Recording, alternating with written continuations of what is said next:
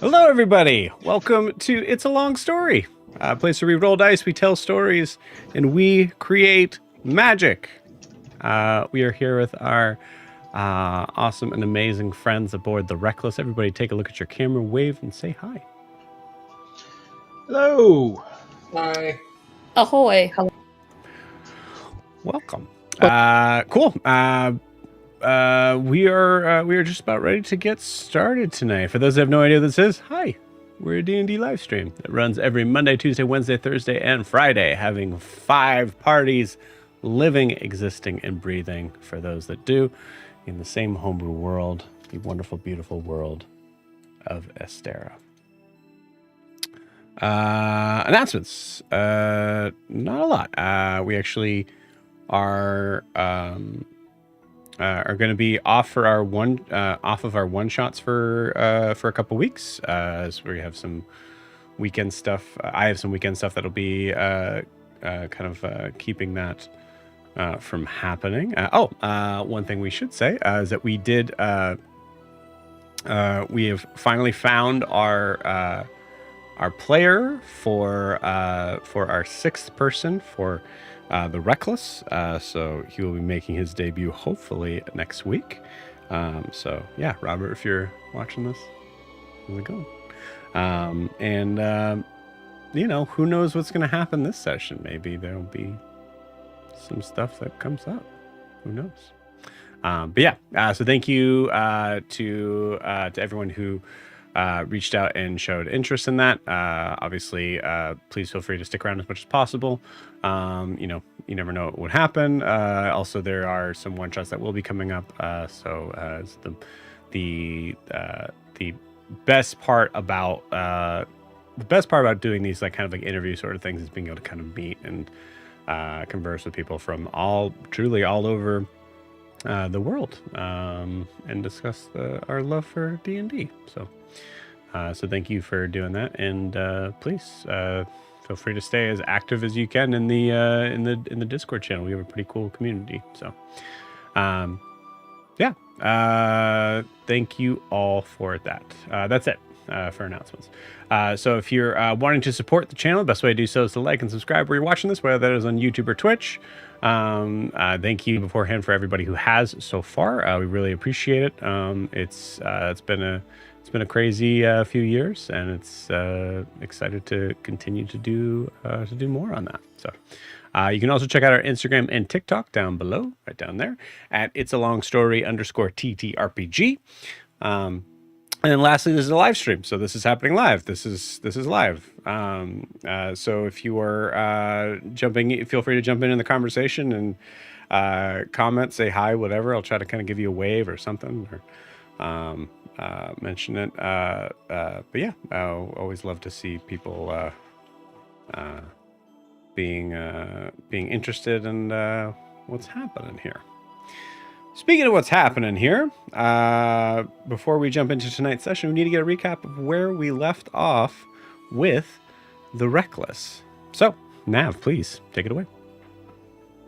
I will try my very best. It's combat time, guys.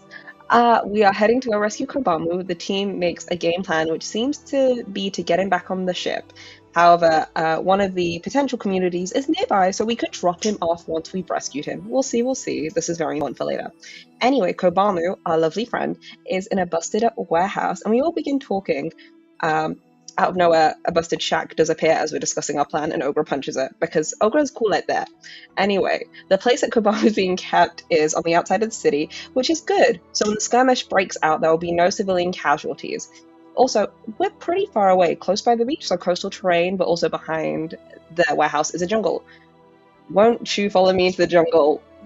I did. Listen, this is going to be full of puns. I tried, okay? This is bad, but it's good. So the terrain is obviously difficult and full of dangers. Have you ever had a falling coconut hit you on the head? It hurts, according to Zed. Other things that one must be wary of when it comes to coastal life is roctopuses, which I don't know how to describe, apart from it's a rock and an octopus, and maybe Dwayne The Rock Johnson, who knows, in a past life, and big seashells. And then Joe made us roll dice. It was scary. I didn't like it. It was terrifying. I don't know what for, but we had to roll dice. Anyway, combat begins. The Armbal, the Lower, and everyone else see us approach, subtlety out the window, and Riaris gets hit with an arrow, but He saves it with his shield because he's an icon like that. There's 2 Armbow, an Archer, and a couple lower. Nala iconically says, I didn't ask how big the room was. I cast Fireball. Have you heard this? Also, did I mention the Armbow do 3 attacks each and also have a disengage as a bonus action? They're not very nice as humans. As people, not humans. Anyway, combat highlights. Yeah, that was a Hamilton reference. I messed it up, so we're going to continue anyway, like I didn't mess it up. Arias cast Shatter, blowing our cover entrance in the entryway. Let's be real, we weren't exactly subtle, but it's fine. What the Wreckless do great is improvise. He later also jumps onto a stone wall/bridge with his brand new best friend Griggs. Bros that flank together stay together. So I guess they're very cool. He also gets a nat 20 with You're That Piercer feat. What it do, bestie? Zed's highlights. Zed used his new defaced trident, which he needs some practice with, but pops in ebb and flow. Also uses uncanny dodge like the slippery sea elf he is, hashtag stay moist. Ogre recognizes the Armbow who killed her previously, so an eye for an eye, as her clan says, 2 eyes, for indeed revenge is a dish that is best served cold as she rages. She also summons our wonderful bestie Muffins, who later charges, and has a cute moment with Nala, who can't make a heads of or tails of him. Because, guys, he has no heads of, No, okay. No one laughed, it's fine. Akar is out there saving the people with silvery barbs in the form of his lovely spirits, which now include Elaine, Grix's wife, who's amazing. Reminder, Akar can be very scary, as we all know, as he will know your fears. As one of the lower, fears drowning, which, I don't know, man. It's fair given what we've seen in the ocean lately.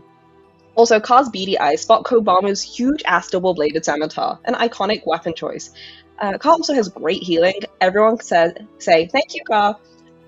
Grix, our beloved new NPC we've adopted. Hey, bestie, we know you want to be safe with your son, but sir, I fear you must be part of our crew, as he baseball slides between Zed's legs and literally obliterates the archer with his bare hands. And Elaine, girl, I get it. He also does some cool jumping with the Aris. Again, back to our friend Kobamu. He kills a person with his bare hands. Who needs a weapon these days? Kaelinor is doing her stuff. There is no Lady of Death. But weapon training is cool and practice makes perfect when beating people up. The dice gods are good that night, as they say you get a nat 20 and you get a nat 20. There are a few nat 20s. You should go back and rewatch them, because who doesn't want to see someone do 57 points of damage to someone else with a backhand? It's beautiful. Did anything else important happen? Oh yeah, Zed goes down. But remember how I said Kar was amazing at healing? Yeah, he brings Zed back up. Zed kills an Armbow, who again, little bastards, but it's fine. We don't love them, I take it back.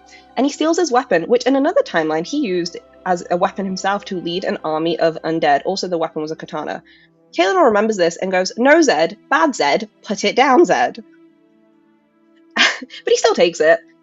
2 of the surviving lower surrender. Kar appeals to Kobamu's humanity. Did I mention Kobamu was a giant murderous panda bear? Yeah, no, but he's pretty cool. Kar actually does very well. Anyways, we let the other 2 go, tie them up first, obviously. But you know what you gotta do when you kill people, guys? You gotta loot that body. Cool things that we found. Oh yeah, there was a note that Zed found, and he handed it to Kar. And the note says, let him go. Which is very suspicious, and no one stayed up an entire week thinking about it. That's my recap. I don't know if I missed anything, or if it made any sense. You're welcome? Hell yeah. Mm-hmm. You're muted, Joe. Thank you, Nav. That was awesome. Anything else to add, friends? I don't think so. I was typing in everything. the comments. Did you say Ogra lost herself to rage and had to be talked down? No, I didn't. It was a very heartwarming moment, and it made me sad to think about. So why would I include it? It was sad. Ogra You realizing her elven side might be bad? No, don't do that. She went full Negan on one of the guys and smashed his face in. Oh, I get it. He did Kobamu, deserve it. Bare hands. Yeah. Guys, there were so many dad jokes in there. I'm sorry. Never apologize. It was good. It was great. Very good. My favorite was the muffins, heads of tails. I was very proud of that one, guys. Much I never smoother get than old my of that red caps. You never get old at that joke? No, I I find get it funny old at every that. time. Okay. I'm just messing with you. Let's do it. You guys want to play some D&D? Yeah. I want to Yeah. mess Hell some yeah. things up. Let's go. Cool. Make bad Alright. choices. Let's make some bad choices. Let's be reckless. But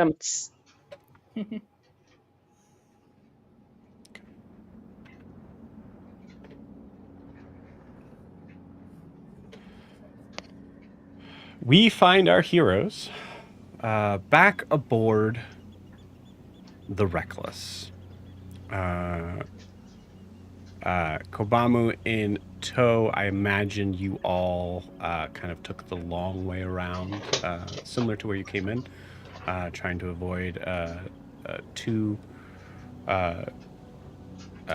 pretty much anyone showing up for Kobamu to kind of lose himself on. But he does seem to be kind of rather reserved. Staying quiet as you all get back onto the ship.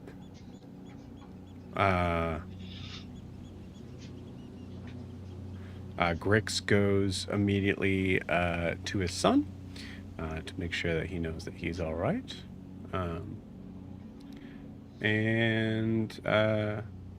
Yeah, I think Tavi just kind of comes up to you guys as you're kind of coming in, and as you guys are climbing aboard, and just is at first like looks like he was about to say something, and then sees Kobamu. Kobamu just kind of like walks by, like stomps by, each step kind of having this like sort of like mini earthquake around him. That's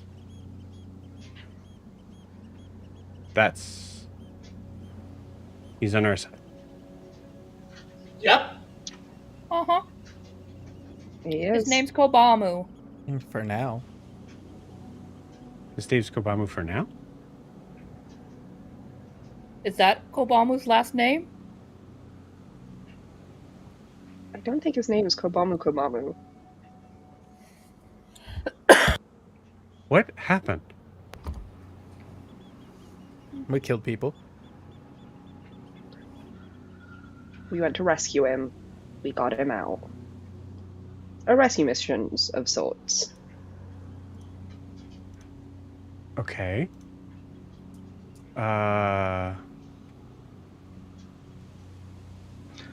What now? And as he asks that, there's I think for a couple of you, kind of exchange glances looking at each other, as that is indeed the question. Okay, above board, before we go any farther, No, we're here, yeah.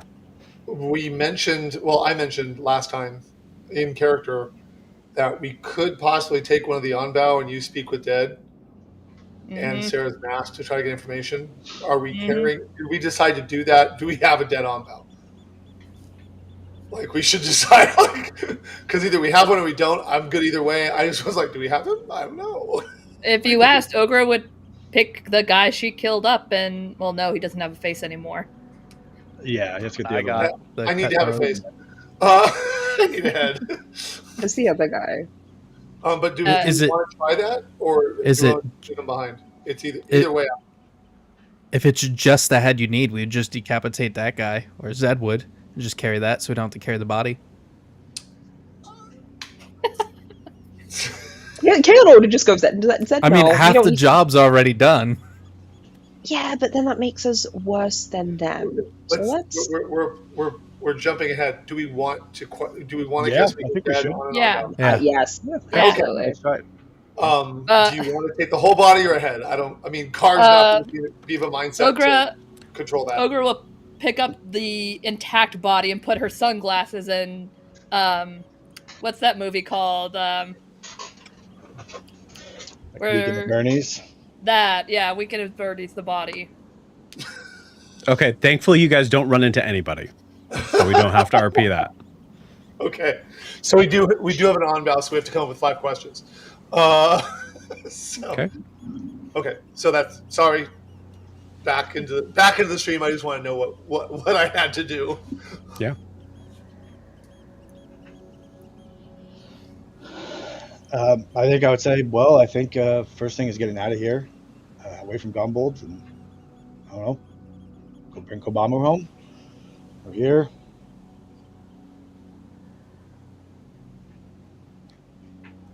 All right. Yeah. Like, But you before know, we go too far, I should. You need to know something, and I'll pull out the note Zed handed Carr that was found, I believe, on one of the. It was the one on bow with a name, I think, or the nameless. Yeah. The one that was giving I orders. think Benji. So the one we have.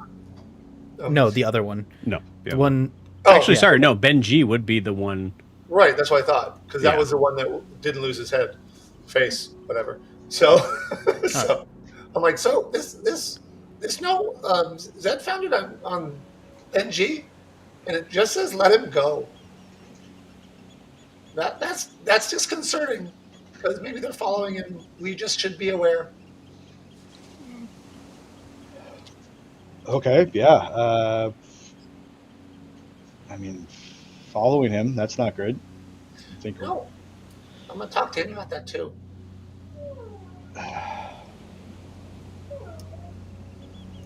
Why? Also, what do you think? Do they want to track him back? You think, or they want to? I mean, what do they want to? I don't know. I mean, assuming if they were thinking we might take him back to his people, which is our end goal, then they might. Yeah.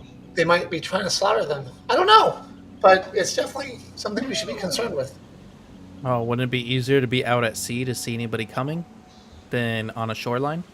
Oh, I'm all for getting the heck out of here. I just wanted you all to know that this note says what the note says, and we need to consider it.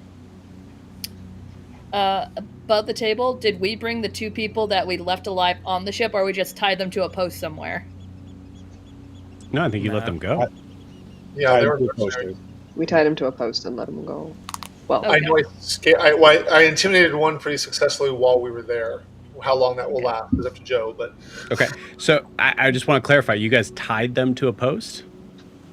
I thought we let them go. I thought you let them go. We scared one really bad, and then Kaelinor tied up the other one. One was definitely. Would you have kept them tied? I will tell you above board that if you're letting one go, it's not a good idea to keep another one tied up. I think I just tied his hands, and then seeing like we let the other one go, I think she just like sliced it with her scimitar. Like, just go. You got it.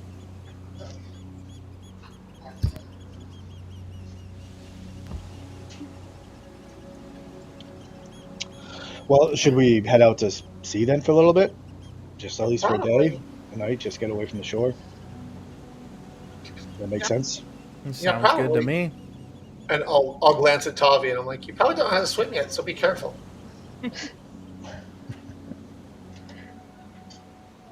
It's not that hard. Zed will show you how to do it, Tavi. It's pretty good. Okay. Yeah. Do that. I'll do it with the lungs, not the gills. Ooh, you can teach him in the jacuzzi. Or in the escape hatch. I mean, he'll get crushed, but... No, in the pool thing, in the escape hatch, in the pooly thing. Well, he doesn't have a key registered to him, so it would just, like, crush him. Anyways, just tuning fork to the ship. Hey, let's set sail for a little short sail. Where? Off the coast enough to where you can barely see it, like it's barely visible. Okay, so you're saying open seas. Got it. Yeah. Okay. All right. You guys start to head out. It's only going to be. It's only going to take about before being far enough out. Yeah. So it'll only take about maybe an hour to be able to kind of be far enough out at sea. it is still pretty early for the most part. I believe it's like probably we'll say right around noon. As you leave the two sort of strange towers of that kind of there's a weird sort of moment of like watching them kind of go into the distance and recognizing that it feels like it wasn't too long ago that you guys came upon this city, and with a lot of significant events have left it very much changed, as you all have as well.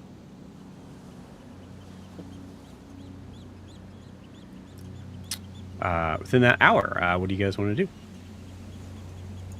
We'll just go in order. Just keep it simple. Kaelinor. God.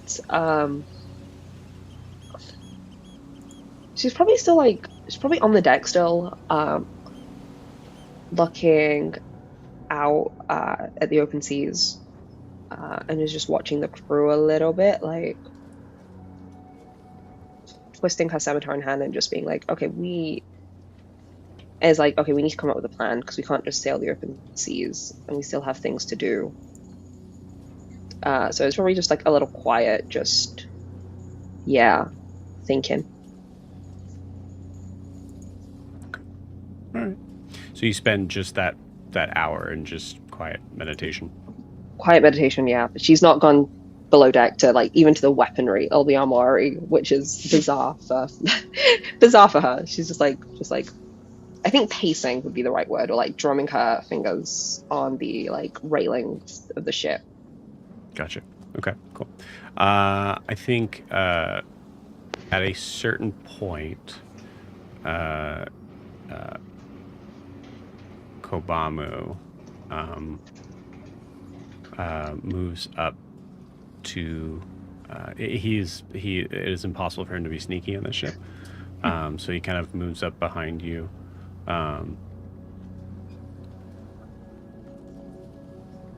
Good fight. You too. Your lesson came in handy. I appreciate it.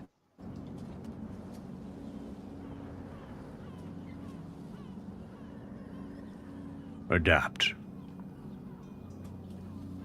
Important for survival.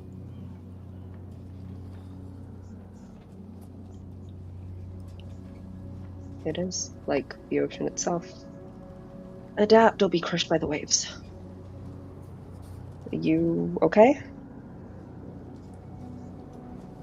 Adapting?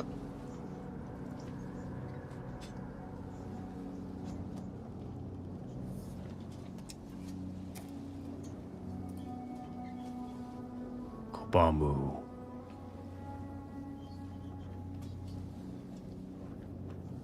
Ready to go home.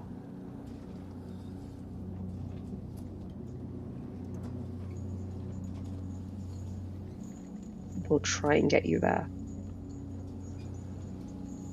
We will get you there, just... this honesty thing is gross.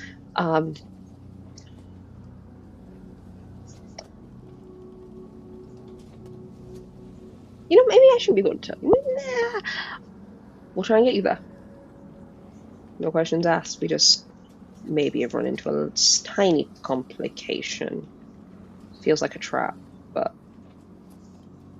What? You wanna go home? What trap?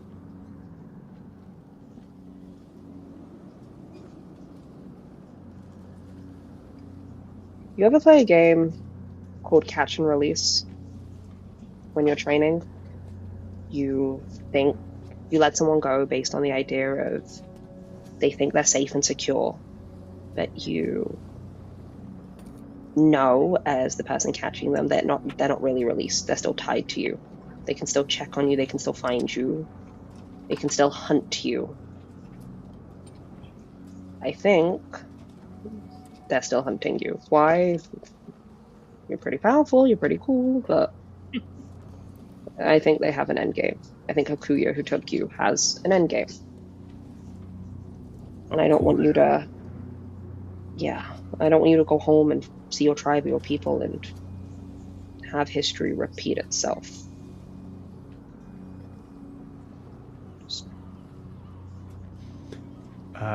Keonor, give me a persuasion check. Okay.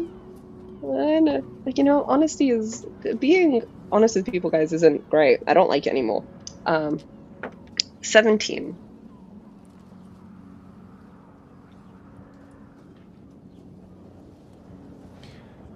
You see Kobamu in thought.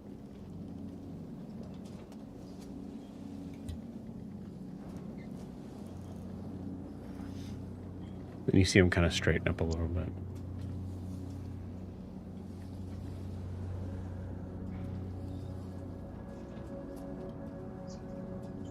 Ka promised Kobamu to go home. If Ka promised, then we do what Ka says. We'll get you home.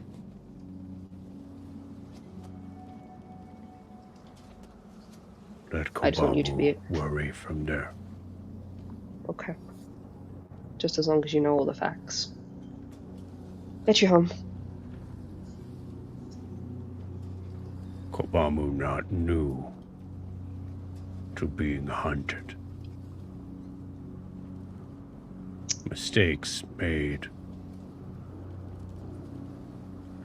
because Kobamu thought less of enemy. Kobamu know better.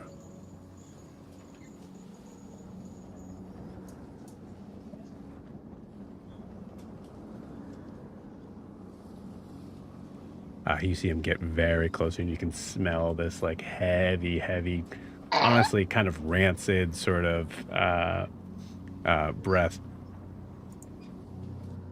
Kobamu goes home.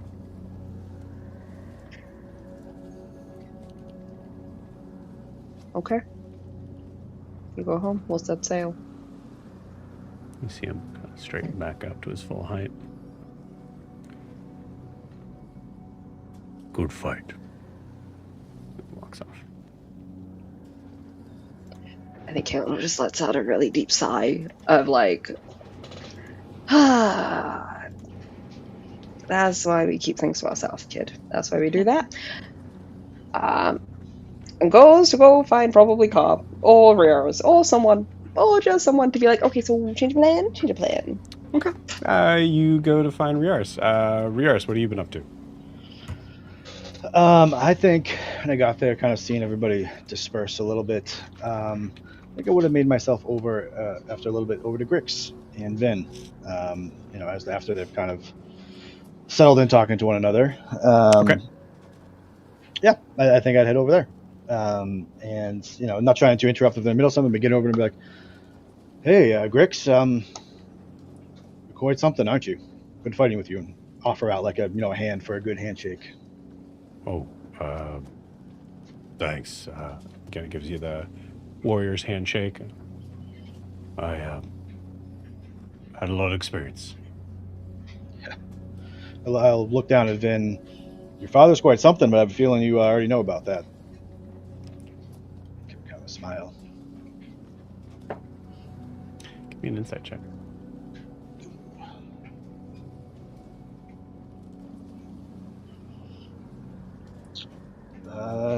Disadvantage, that's a 6. Okay, cool. Give me a roll me a charisma check. Straight charisma. That is a 3. You see Vin just kind of like just sort of staring back at you, kind of giving like a kind of like he's trying to kind of like figure you out. sort of thing. But like honestly, in a way that you feel like you're being sized up. I'm gonna roll to see if. Okay, Grix definitely also knows it. Much appreciated, Rios. Thank you. Yeah, sure, sure. Well, we're heading out to sea for a little bit, not too long, but I didn't really get a chance to talk to you. But where are you guys looking to go? What are you looking to do? Well, the plan was to. I'd heard that there was work in this.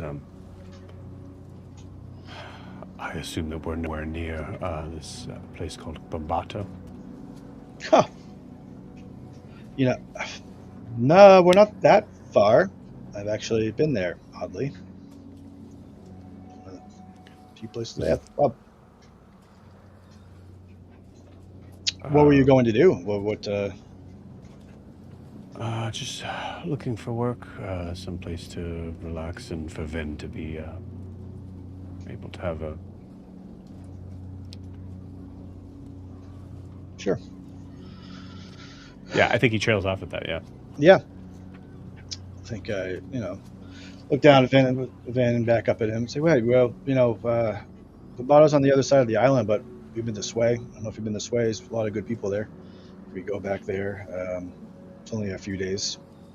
I don't know that we're heading there immediately, but maybe we can get you a boat to go back there. And it's a pretty good place, and you could go upriver to Bombato if you want. But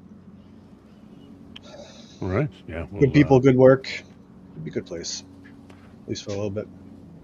I absolutely trust your opinion, but I am. We are at your will for the moment until we find a safe place.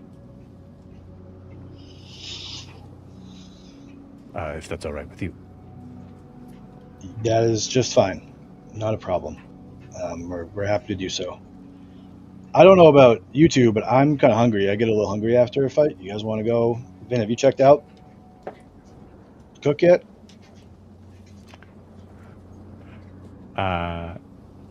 Then you hear Grix immediately go, "Oh yeah, that sounds good, Vin." And you see Vin is just still staring at you. I think I put on like a fake smile, like, right, okay, like, okay, now I'm getting uncomfortable a little bit. This little kid. Yeah, we'll join you in a second. Excuse Sure. me for a moment. And he kind of No like takes us on the side for a second, and that's when Kalen or you pop up. Hey, Oh, hey. you good? Yeah, I was just chatting with Grix and Vin. I was gonna go. I was gonna go get some food. I don't know if they want to get. Anyway, you?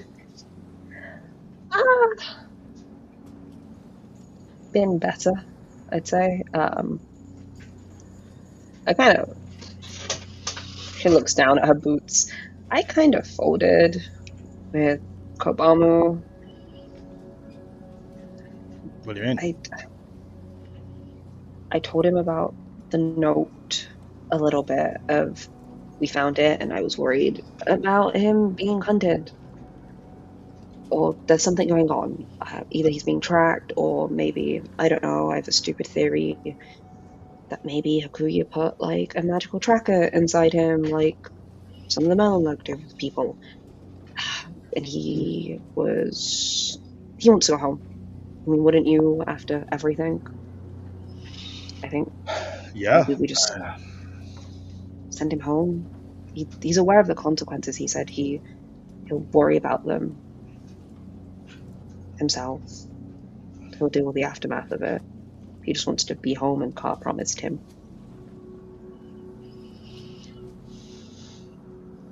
I mean, I don't think you did the wrong thing by telling him first and foremost. So that's fine, and I'm not surprised he answered that way. I would want to go home too, and we told him we would. So, I mean, we can't keep him on the ship. I mean, if he wants to go, he's gonna go. So if we can help him do that in the best case scenario, I don't know. I mean, Okay, so we just circle round Faran to slightly more south to go to his tribe, his clan. We don't. I don't think it's that far. I mean, I guess we'd have to go back. It's just south of Ganbold, I think. So I think we're close. I mean, is there a chance? Is there even worth talking to him again? I mean, is it worth trying to get him To listen and be convinced. No, he was about less than 2 millimeters from my face.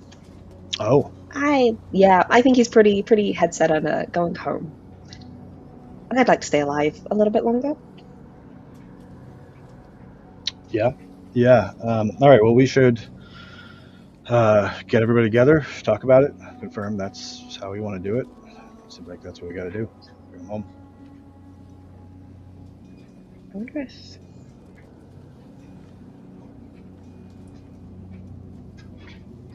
Do you think Nala could? Nala could maybe. She's good at magic and she's smart. Maybe, I don't know. Being magically tracked isn't fun for anyone. Oh, to see if he is. Oh, Yeah. good idea. The last thing you want is, I don't know, Hakuya popping up in his brain and the shadows materializing from around you and having a conversation where you think you can't escape. And the world turning grey. And Kayla was kind of zoning out a little bit, as in reminiscing a little bit. She's like, yeah, it's not fun. But maybe she can have a look. Were you ever tagged? That spell? Yeah. So, Aloria spoke to me, the first time? At the bog where we were ogres, when I realized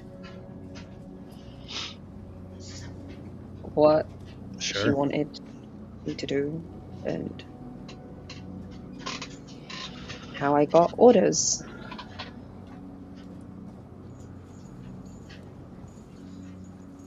I don't want to be the one that goes into Kobamu's head. I mean, I can, but it just doesn't feel great to do to people. Yeah, I mean, we could maybe try to. Nala might be able to detect magic or something. Yeah. Let's see. It's worth a try. Maybe. I'll speak to her later about it. Yeah, you're much better with her. It's probably. She'll... I don't know. I think she tolerates me. Also, are you genuinely okay? You still have a little bit of blood and bleeding, and you kind of look rough. Oh, it's fine. Thanks. It's great. Yeah, rough. It's the look I was going for at 9 a.m. But yeah, I'm gonna go clean up. That's a good idea, actually. Cool. All right. You want any food? Tea? You want anything? Maybe I'll make something. Tea would be great. And Kaelin goes to pat his shoulder. And I'll lay on action 10 hit points. As a nice little thank you for tea. Feels nice. That's breeze. Sea breeze? Yeah. Little cooling, little salt water. I feel like there's sand somehow involved. All right, that's well, now that's a bad. All right. Thank you. Oh, I feel better already. Good. Oh, speaking of awful, where is Zed? He has that katana. Oh shit. Where? Yeah. Where is that? That's a good question. I don't know.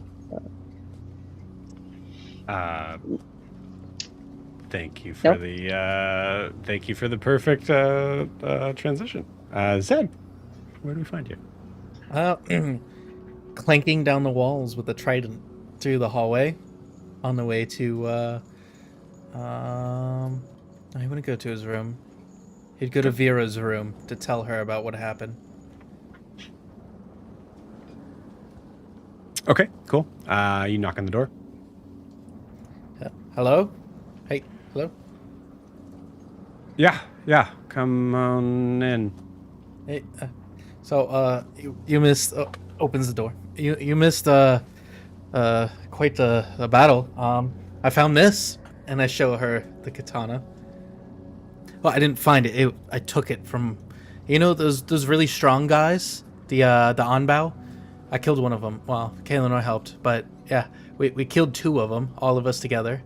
And that guy Grix like totally obliterated a guy with just his bare hands. That was cool.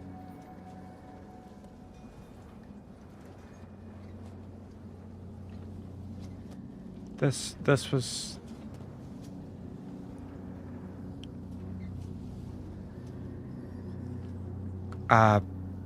Cool. Yeah, that's so Kobamu's on board. Oh yeah. We got him back. Although there was a note that said if he wakes, let him go. So we're not sure if he's being tracked or if it's even him or like if they cloned his coming back from the dead abilities onto their own people, maybe, or Seems some like crazy a job things. that the captain should make sure before having him on the ship. No. I mean, between you and me, the other Zed was the captain. I mean, like the original Zed. They just threw me into it. I don't.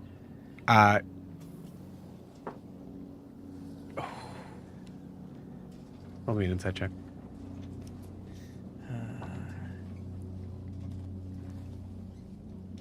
Ooh, that's a 13. Okay. I don't. There is no other Zed. Oh. Okay. Oh, okay. Well, let's put it this way. Where I was from, I swam more than I sailed. Yeah. Okay. No. You're the Zed, so you're the captain of the ship. Oh, okay. Well, seeing how I can't tell how to check for traps or tracking or stuff like that magically. If non-magically, yeah, I can sniff it out. Yeah. But Okay. Yeah. magically, that's up to like Riaris, Kaelinor, Ogra, and Do you Kara. know anything about being a captain? Well, when they listen, yeah.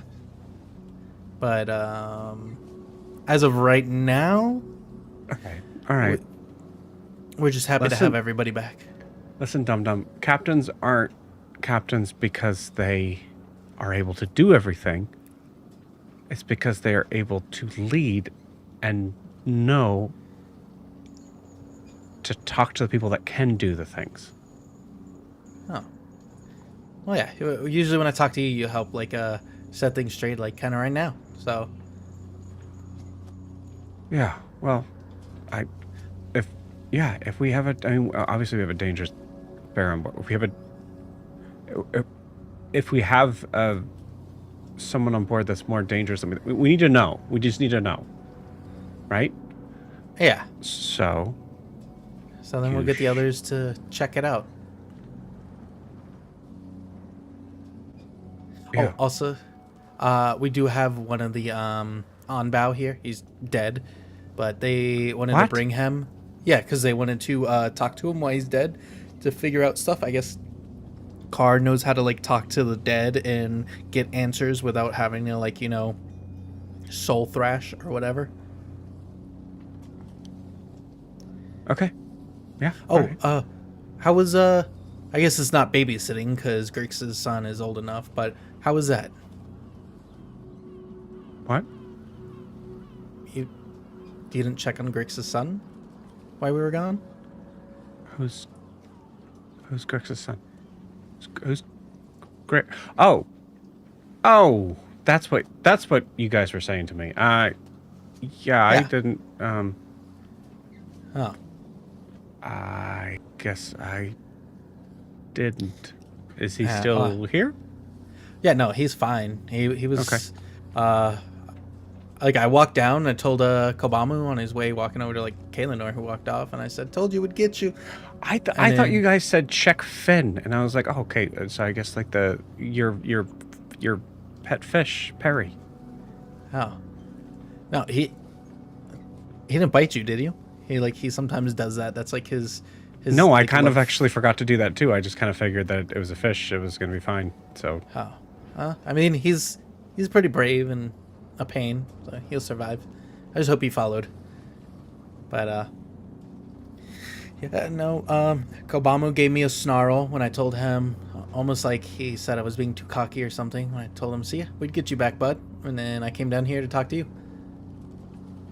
And then now next on the list is get him checked for tracking and the Onbao for tracking, and then figure out what talking to the dead is like, since I've only killed them and not talked to them except for after I killed them, and it usually followed a bunch of cursing and kicking and throwing things and breaking stuff.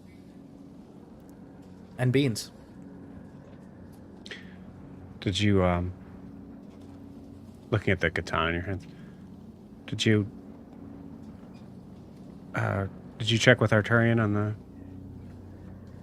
katana? Yeah. So, from what I was told, I'm probably wrong, but it sounded like either the place's checker of magical items was taken or killed, so they needed Arturian back, and I told them that he is the hero they needed. He did good and all, but they definitely need him more if they're going to keep all that magical mumbo jumbo down there and not have it explode. Oh, right. So he's not here. Yeah, that's right. That's right. Yeah. But Nala can check it. Right. Yeah. Okay. Yeah. Unless we should probably. You know how to check it. I mean, Kaelinor told me not to use it because it might be cursed. For as long as you've something? known me, have I shown any sort of ability of dealing with magic? By magic you mean expensive items? Then yeah, you've got that magic eye. I don't mean that. I mean quite literally what I said. Oh. I mean, I guess magic items are expensive, but not literal. Never mind. Yeah, for as long as you know. No, I don't. Okay. Well, then I guess our next step is to go find Nala, and she's probably with Carr. All right. Yeah, you should do that. Also, you might need to have a pep talk with Ogra. She got a little angry with some hate on a guy that killed her, and she came back and she like beat his face in with a stick to where there was like no shape of skull left. It was like a puddle.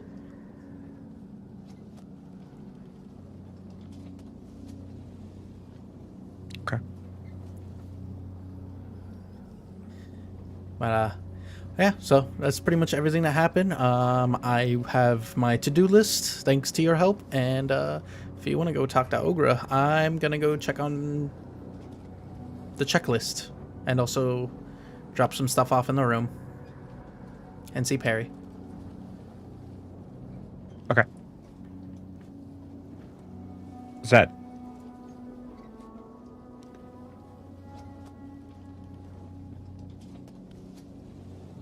There's only one Zed. That's you.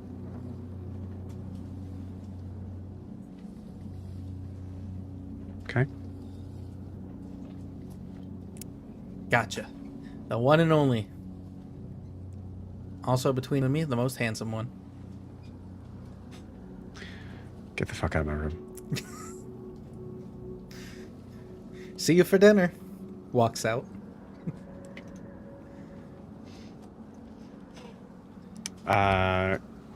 Kaelan and Riaris, or either or, trying to run into Zed. He finds Zed.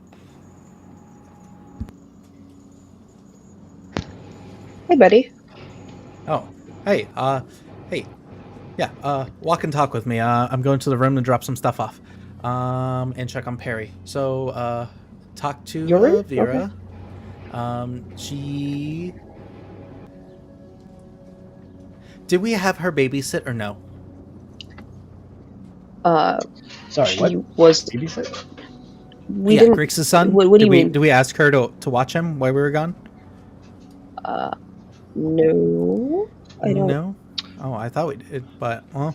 I mean, I mean- maybe you probably reasonable to expect her to watch him, you know. Huh. Yeah, just like an assumption.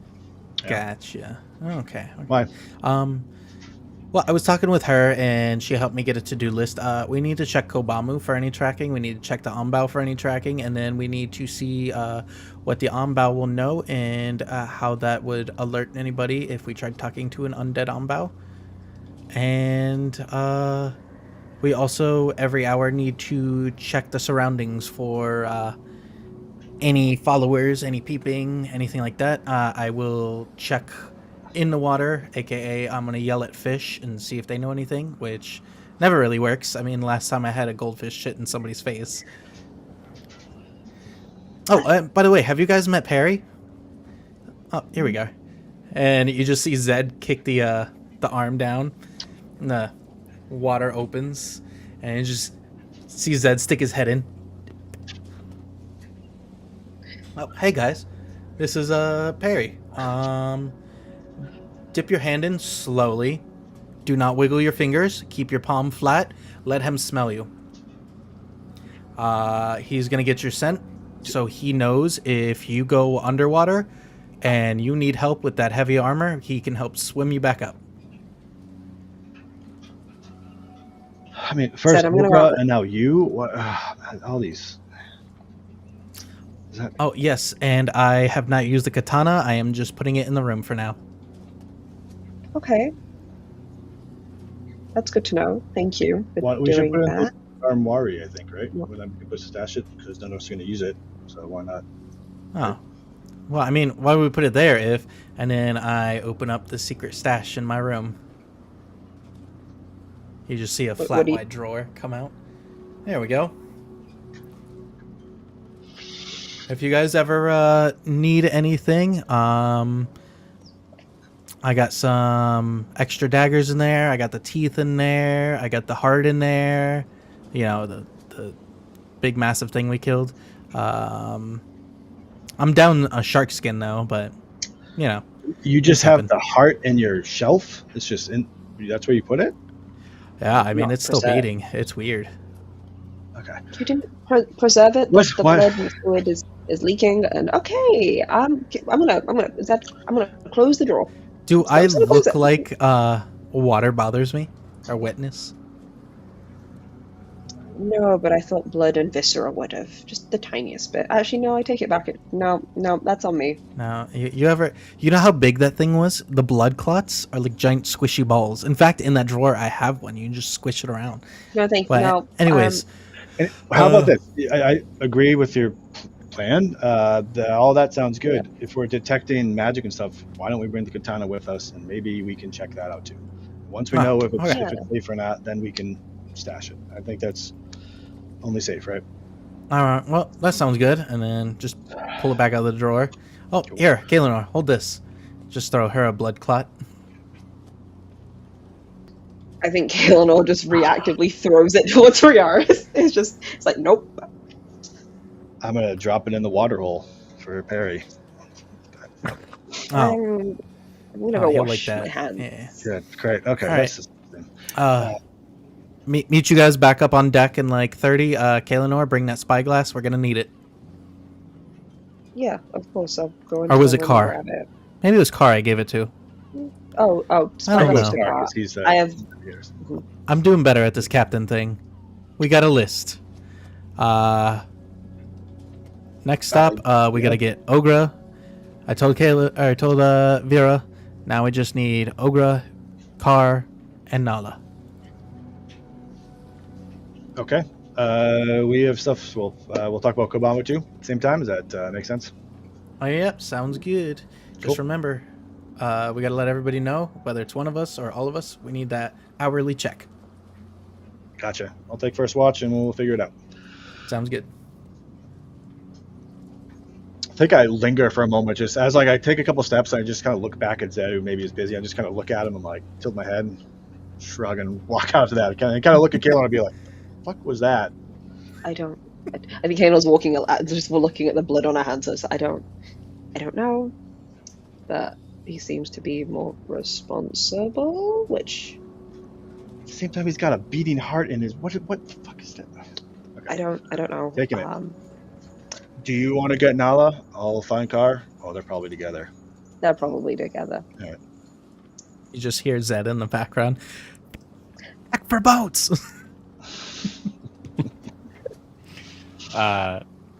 Cool. From there, we will transition to the top deck of the ship. I assume somewhere around the maple tree. Ogre, what are you up to in this hour? I think Ogra has gotten a bucket of water and is trying to get the blood off of her and her clothes. And she's like thinking and just trying to get it all off because she really likes these clothes and she doesn't want to get another one. Okay. I think around this time,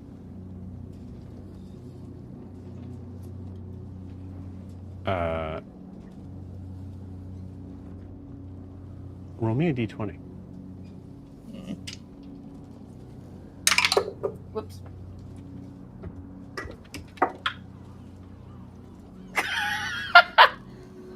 That's a nat 1. Okay, cool. Perfect time to do it. It's just a 50-50 thing. Cool. All right. As you're kind of like trying to clean the blood off of your clothes, Vin comes up to you.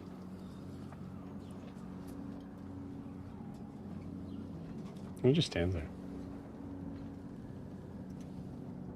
Hello? Hi.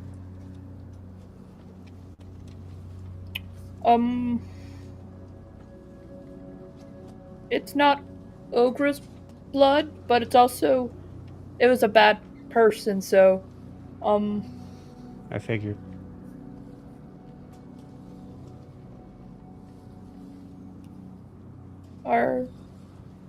is Vin okay?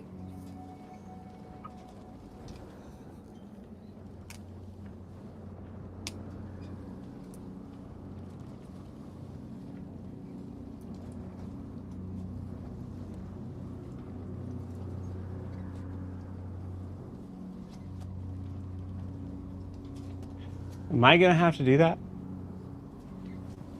Do what? Dad says no. But I mean, And Ogra just points to the blood on her shirt. I it seems like that's all there is. At some point. No, Ogra got really mad, but she was protecting her friends. She only does this and points to the blood all over her when she's protecting others. Other than that, she's growing her tree and her garden and has muffins and marshmallow. There's more to... But there's always going to be that fighting. Blood.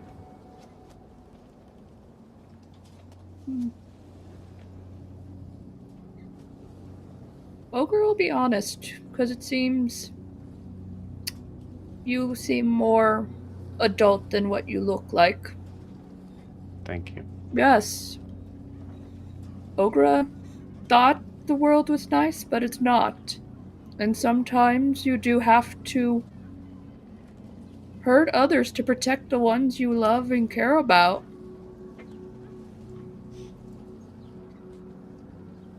But you have to take care of yourself, too.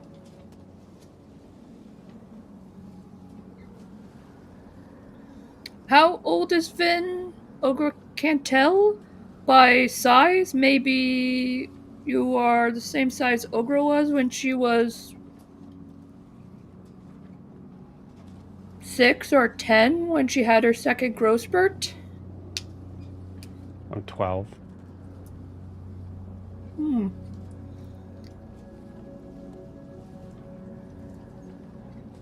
Ogre doesn't have any, stuff for children, but she does have a swing. Ven can use it anytime he wants.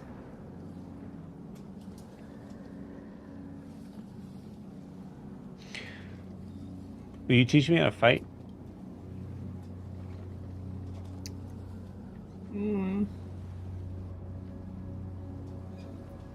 Ogre just pushes him. Why did you do that? You didn't fall on the ground. Ogre is just checking.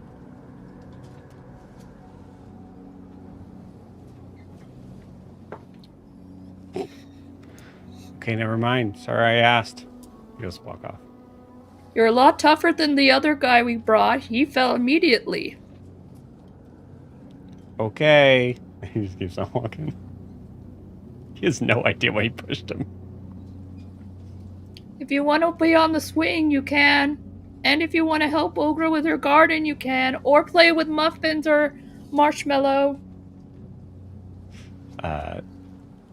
You see Grix kind of come up from below deck with some food that looks like he was just kind of leaving Vin to himself, and you see Vin just kind of like walk up to him, and there's a conversation that's had. You see Grix kind of look in your direction.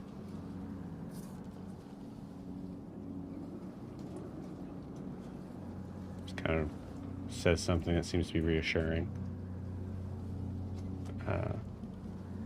And then gives Vin some food, and Vin just kind of walks off a little bit further. And Grix comes up too.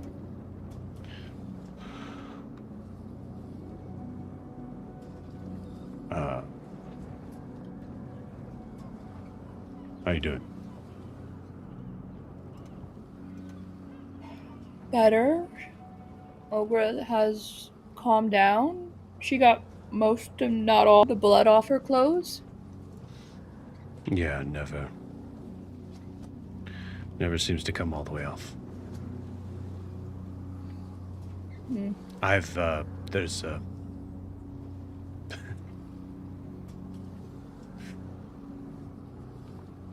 I have ways of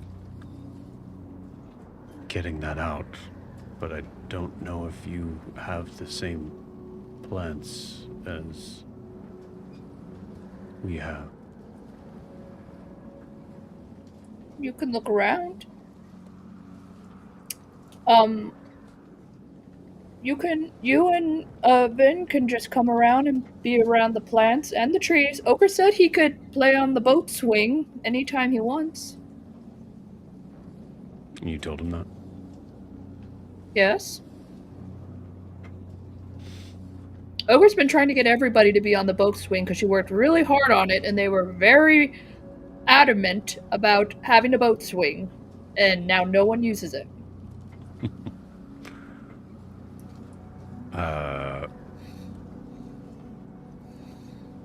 You don't have any kids, right?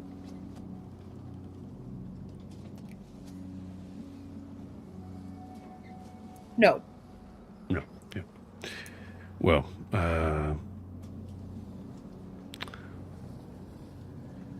weird thing about kids, sometimes you make things that are specifically made to be fun for them, and if you tell them to go on it, then they won't. It weirdly would have been better if you told him he wasn't allowed to go on it. I know it doesn't make sense, but that's children. It sounds what when goblins say they don't want you to do something, then you immediately do it. Yeah, I imagine it's very similar.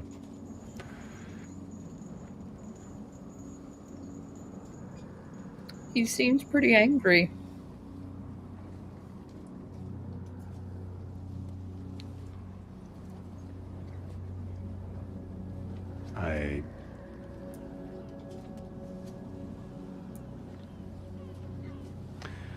I think he's just... Roll me a persuasion check.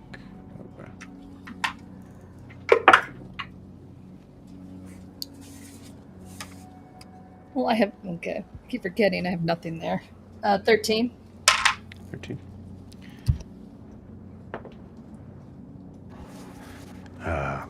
I think he's just settling in.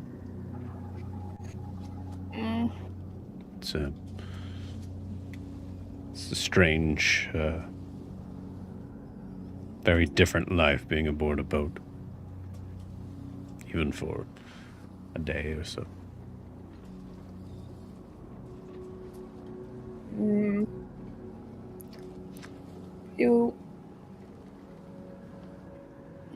Ogre doesn't want to, like, get in, like, family business. But he was asking Ogre to teach him how to fight, and Ogre thinks you're pretty good at What? fighting.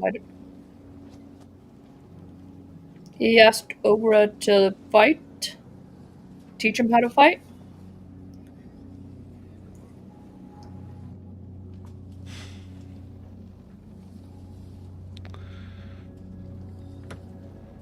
You see him kind of, looks like he's like trying to kind of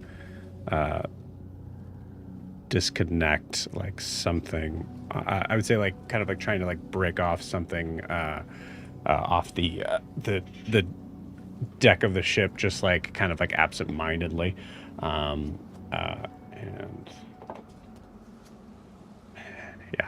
yeah, he accidentally kind of breaks one of the basically like the tie-offs of the ship, like clean off in the process of doing that. Don't worry, it'll fix itself. It'll fix itself. Sorry. Okay. Ogre, thank you for telling me that. Under no circumstances.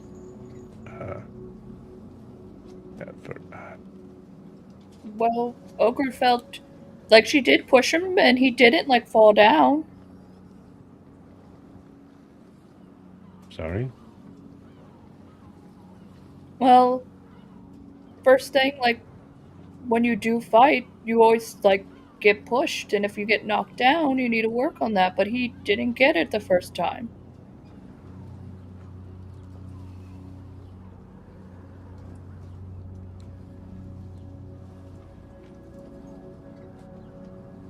Ogre, please don't push my son. Ogre's explaining this wrong. No, I think I get it. Like I said, Ogre no doesn't want...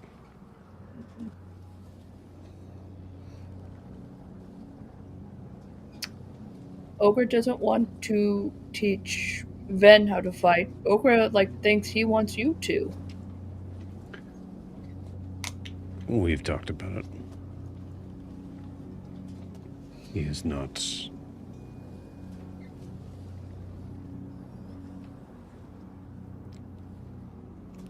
He is not...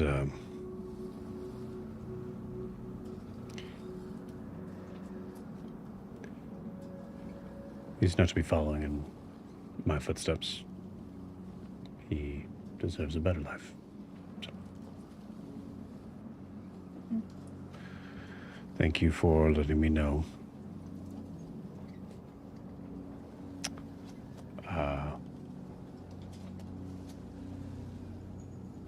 He probably will ask a couple other people, so I'll make sure that I pass along it. That is not to be addressed.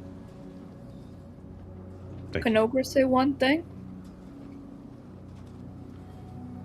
Sure. Ogre's granny taught her how to use magic, but Ogre didn't want to be like Granny, but she has the skills Granny taught her. And Ogre's grateful for it, and it saved Ogre's life and her friends. Just because you teach him how to be like you a little, doesn't mean he's going to end up like you. You're just going to give him your skills and teachings to make his decisions. And Ogre will leave it at that.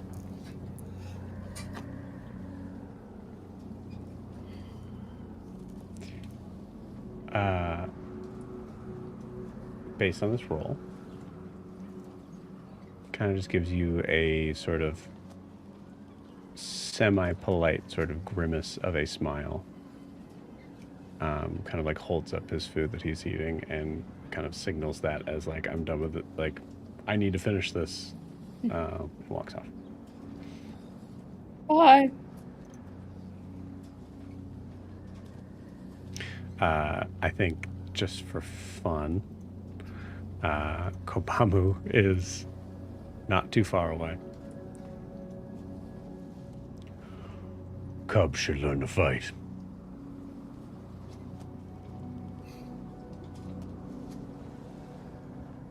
Maybe, but Ogre doesn't think it's our choice to get involved. Kobamu kill 3 Ursa by time of boy's height.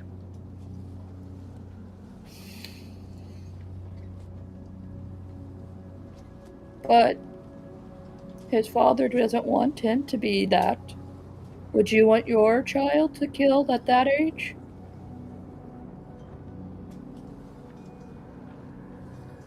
Kobamu would train himself.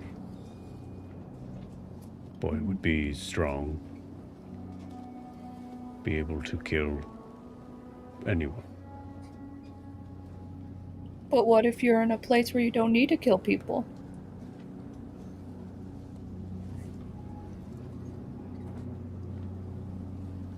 Kobamu always in place.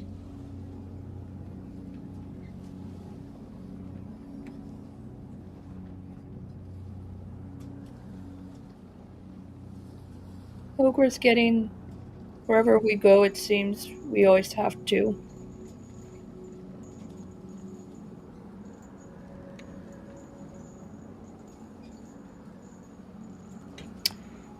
Ogre learning.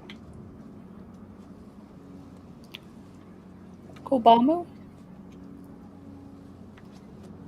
When you get mad and go on your fighting killing spree, do you know how to calm down so you don't overdo it?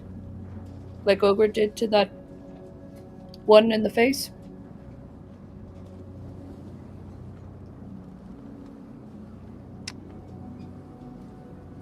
I think at that, Kobamu looks up.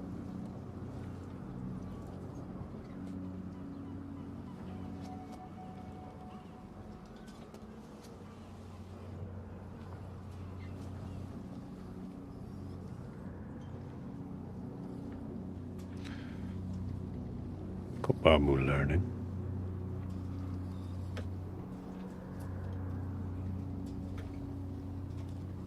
Kobamu never have need to stop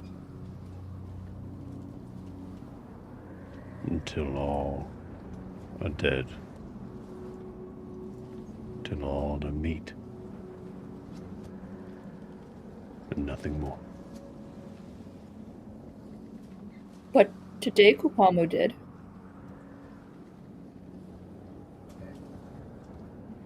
Today Kobamu did.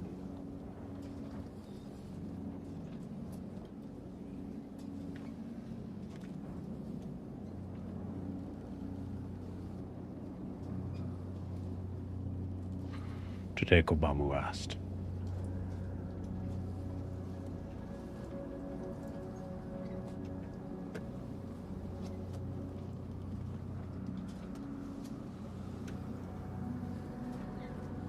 Ask what? Today Kobamu asked.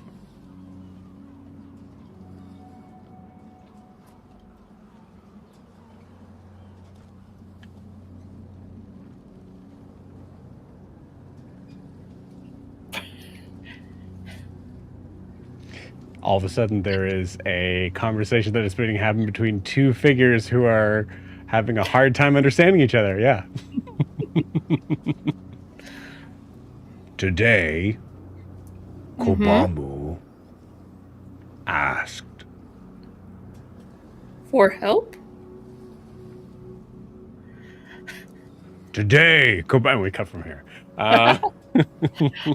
It's Sarah mostly. I'm not getting that at all. There's, I mean, I imagine Kobamo's language is very limited. I'll tell Sarah Kobamo was saying, I was asked. Oh, I was asked. Okay. Mm-hmm. I was just not picking that up. But honestly, RP wise, it makes sense. Like, that's, yeah. Cool. 0 charisma. I think at the end of that, we start to see other figures start to kind of come up to the deck. But before that, we will cut finally to Car. Car, how are you spending this hour? I probably flew up to the vulture's roost. I'm guessing with Nala. And I put down the katana that was on my back and the scabbard onto the floor of my roost. And he's probably looking kind of concerned. As concerned as a vulture can look. What's wrong? I was putting some things together down there, and I'm not sure where to go with all of it. I mean, I'm really glad Kobama's back, and I need to talk to him, but first of all, and he kind of grabs the katana scabbard and holds it out to her. I said, I don't want to expect a lot, because I don't know what this is, but can you tell me if this is magical?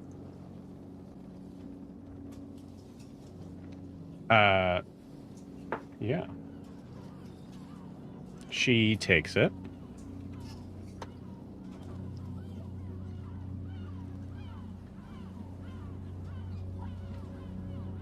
Oh.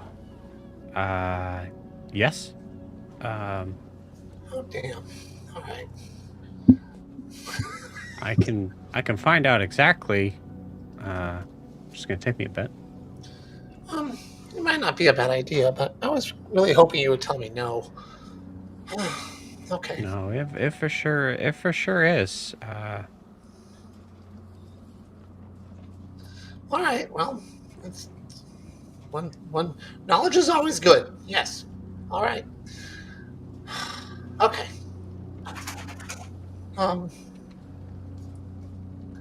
Yeah. How are you? Thanks for your help. That fireball was amazing. Yeah. I could do better. Yeah. I'll get it. Me too, I think. A little concerned. I was thinking about Kobamu and how he's immortal. And the chains I saw on the ethereal plane and the other, I know the real word, but I don't want to say it. So the other bird guy with the big sword. Oh yeah. Yeah. And how he's like, cutting him down and releasing him. It made me just realize I could probably do that too. I could probably put a soul back into a body. I just don't know if I should.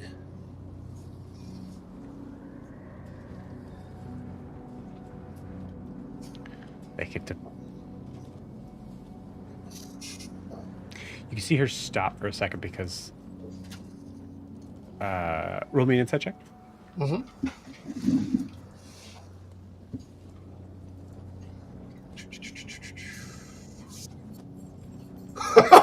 Nat 20 for 22.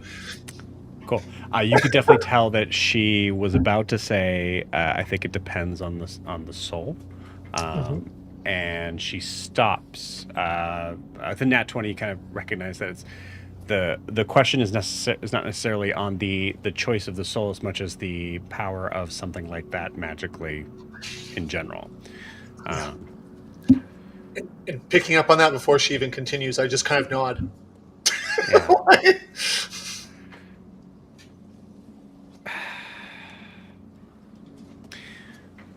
and then you know what? No, go ahead. Go, please. What? Tell me. You can make like you said, knowledge is good. Yeah. You don't have to choose to use it, but Right, but if I pursue it, I mean, so along a similar vein, we've got an on-bow down there, and I can talk to spirits. I can ask them questions. And I don't think he'd be very happy to talk to me, considering who I am. But then I was thinking about, Ogre's mask, and I could put that on, and I would look like another on-bow, and he'd probably answer my questions. But is that right? I mean, he wasn't very nice in life. Am I really going to cross that boundary and lie to his spirit in death? It's not what I'm trained to do, but he might have good information for us. I don't know. I'm torn. I'm going way beyond what I was taught. I was supposed to live a quiet life, guiding the dead to their final rest. This is a lot.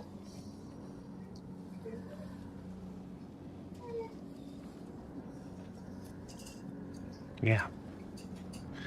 Yeah. I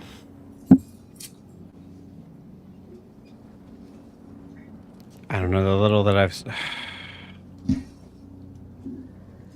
Car chuckles a bit at that sigh and says, Yeah. Yeah, I'm feeling that sigh too.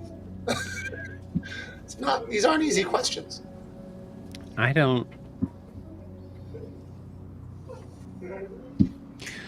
think I can answer it. I don't know if anyone can. Well, maybe somebody can, but I'm logical enough to recognize that my answer would be biased. Well, philosophically, won't everybody's answer be biased? Philosophically, maybe, but not everyone was captured by the Onbound. Oh, and not everybody had someone they loved captured by the on-bow. Yeah. Yeah. So maybe, speaking logically, maybe it's just not our call yet. I don't know. Yeah, I just don't need to have that body rotting on the ship either. Okay, well, I give her a hug and say, I thanks for listening. I didn't mean to weigh you down with that, but you asked, so gotta go figure out some other things. If you'd like to figure out what the katana can do, I think it might be a good idea because that's got the other one. But maybe keep it up here. And I don't know if it's cursed or if you can track it, but just be careful, please. Okay. Okay. Car I think as you Go pull ahead. away, she kind of like grabs your wing and kind of pulls you in, very similar to this photo here, and says,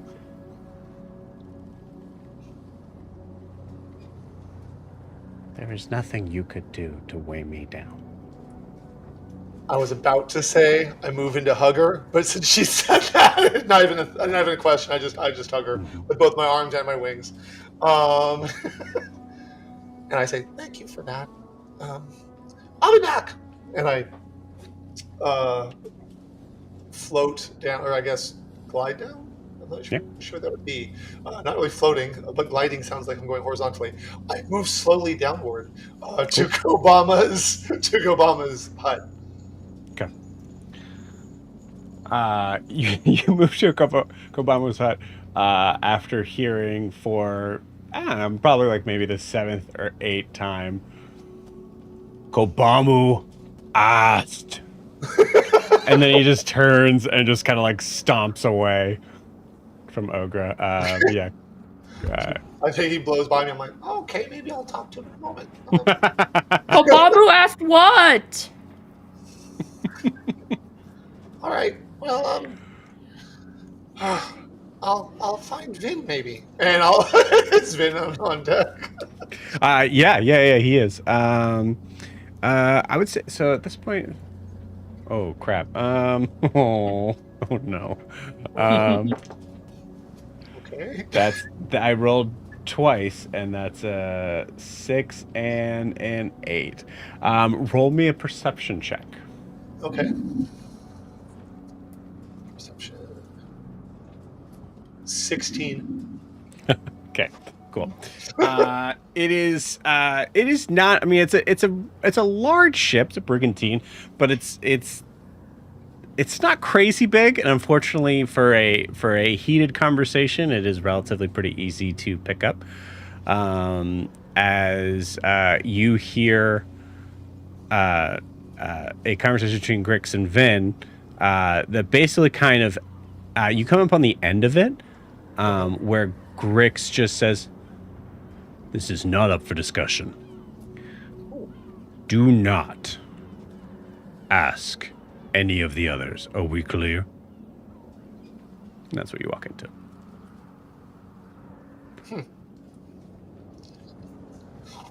I walk in and am I noticed? It's a good question. It's up to you. So if you want to be stealthy, you could definitely do that. I'm not trying to be stealthy, but I won't talk immediately to see if he responds at all, so I can figure out what they're talking about. You see Vin just mean mug his father back. And you see Grix kind of turn to stomp away and then looks right at you. Oh, Hi. Aye.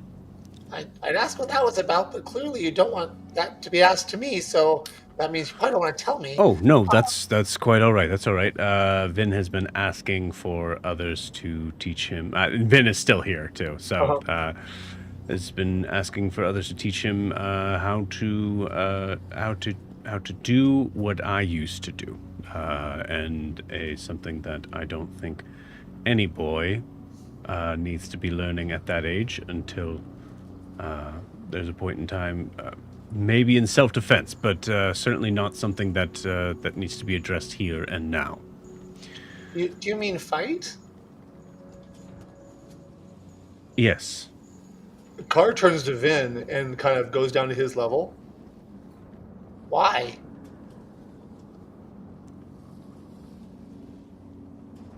Roll me a persuasion check. Okay.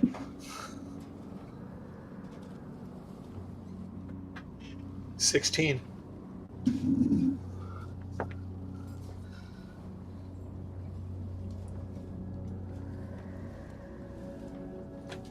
I don't know. Because it seems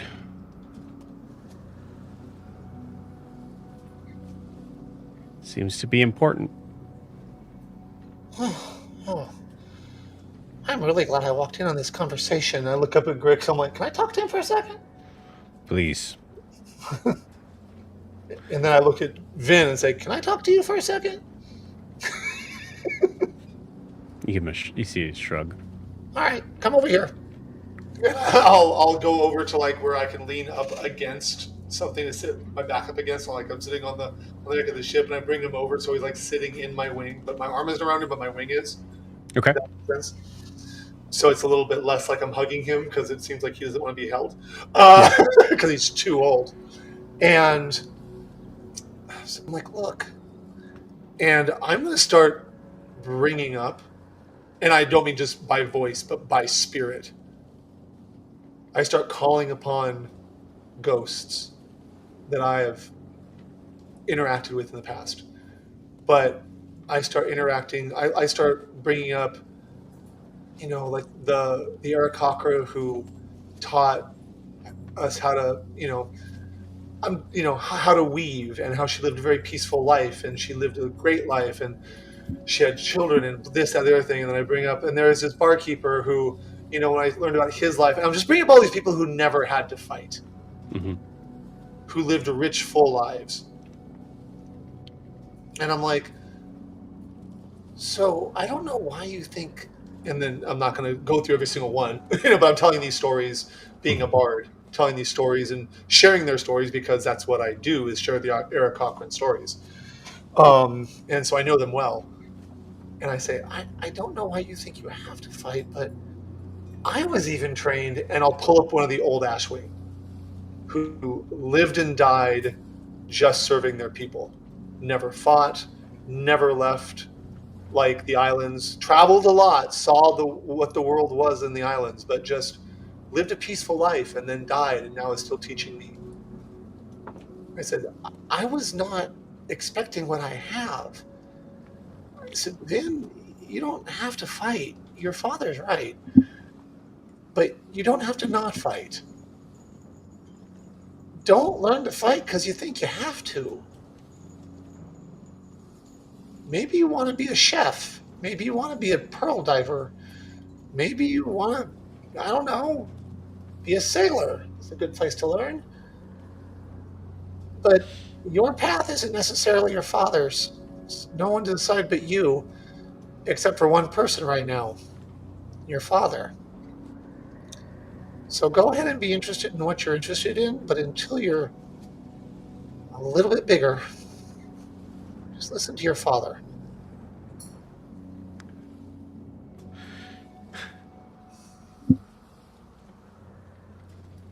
I'm not a bird.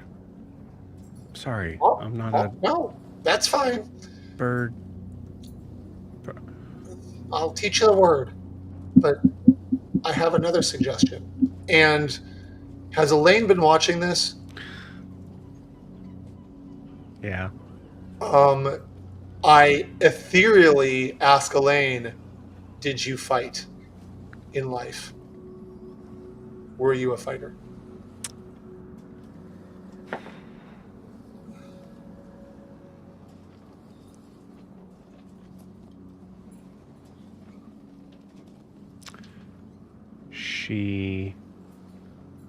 She shakes her head. No. Give me an insight check. I guess I'm already picking up that she doesn't want me to include her. You know what? Ooh. I'll say just for that player sort of thing. Yeah, you think it might be that. Okay. So I look You're at not her. sure. I would say like at first you're not sure if the no means like no, I didn't fight or no, don't bring me up. Okay. Yeah. I said so. I ask her that. She shakes her head no. I said, I happen to know that while he's your father, your mother was an elven woman, right? Yeah, I mean she didn't look like me. Oh, I think if you remembered back a little bit ways, you resemble her too. However, the elves have long stories of people who work with nature, who study, who teach, who never raise their hand against anybody and just make their culture stronger. That's as much a part of you as everything your father is. So you're right. You're not an Aarakocra, but you're half-elf.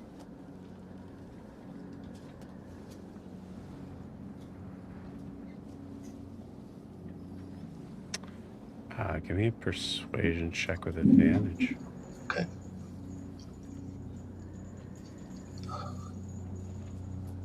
Highest is a 15. Okay.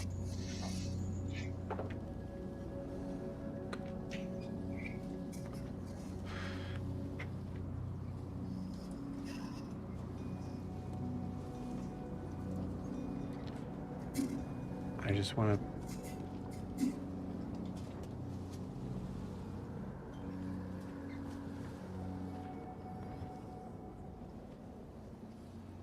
I just want to be able to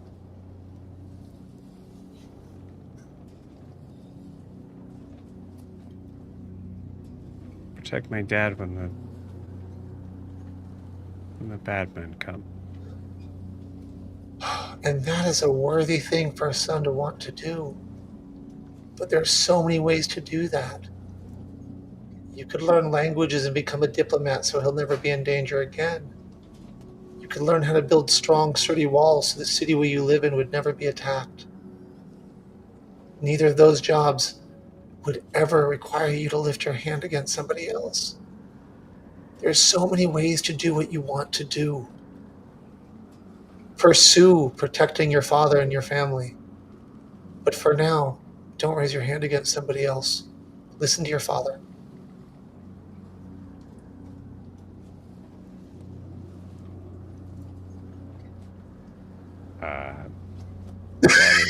That is a player nat 20 right there.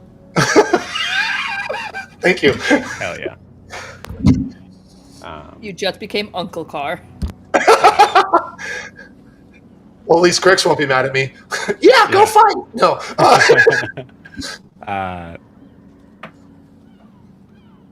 Okay. Okay. For now, though, do you know how to swim? Yeah. Good. Help him. I'm looking for Tavi as I get up. Who doesn't know how to swim? I'll say Tavi's not here in the okay. scene. Tavi. So I'll get up and kind of nod at Grix. How old is he? Oh, twice or three times your age. See? We're on a boat. I know. See, you can be useful. You don't need to fight. Teach the boy how to swim. With your father watching over you. And I'll stand up and I'll kind of nod at Grix. Okay. I'll say, oh man, actually, no, you know what? No, it's your call. Is Grix here in this conversation or no? Oh, he could have been here this entire time. Your call. I wasn't trying to keep it. My call, I'll say he was probably standing to the side to hear what I was going to say, wondering what I would guide his son to do. Cool. Like, I'm a single father, are you going to go against my wishes type thing. But, like, not being, like, right in his face. But, like, just watching, listening, like, do I have to play damage control or not? Right. So. Yeah, I think, in that case, I would say you notice when Vin says, I want to protect my father when the bad people come, you see Grix like has a massive sort of change in the look in his face as you recognize like Vin has never said that before as the reason. So I think I still want that conversation to sort of carry because I think Grix realizes in that moment like this is like I needed to know that, but I think I think he steps in here and just says, "Thank you, Carl." Oh, you're welcome. It's my pleasure. Vin, Aarakocra. Aarakocra. Perfect. Vin, God, thank you. Of course. Give me a moment alone with myself. Oh yeah, I'll say clearly. I say of course, and then I just go below deck. Like I'm just you be with yourself. Yeah. And you can kind of predict how that conversation goes as like Grix is like recognizing, okay, that's the reason why. And, and now they can actually have a real conversation. Yeah, very sweet. Very sweet. Please take a point of inspiration for that. I love that. Okay, thank you. Okay, cool. And with that, I would imagine some people like start to come up here as you guys realize you have to collect each other and find out what to do. Yes. Yeah. Or do they meet me above deck, or do I find them below deck? I was like, do you guys want to meet somewhere? Ogre's going to find Carr so that way he can start attuning to the mask. I was gonna go up on top of deck where I told Riars and Kaelinor to meet everybody. Yep, I think we were headed up there. So we can find each other on deck then. Okay. Cool. All right. You guys are actually. Oh. Okay, yeah, you guys are alone for the most part. Okay.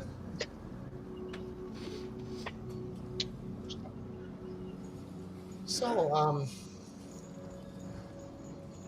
we gotta get Kobamu home. That much is clear. Maybe talk to this Onbow over there. After that, I'm not sure. What are we doing?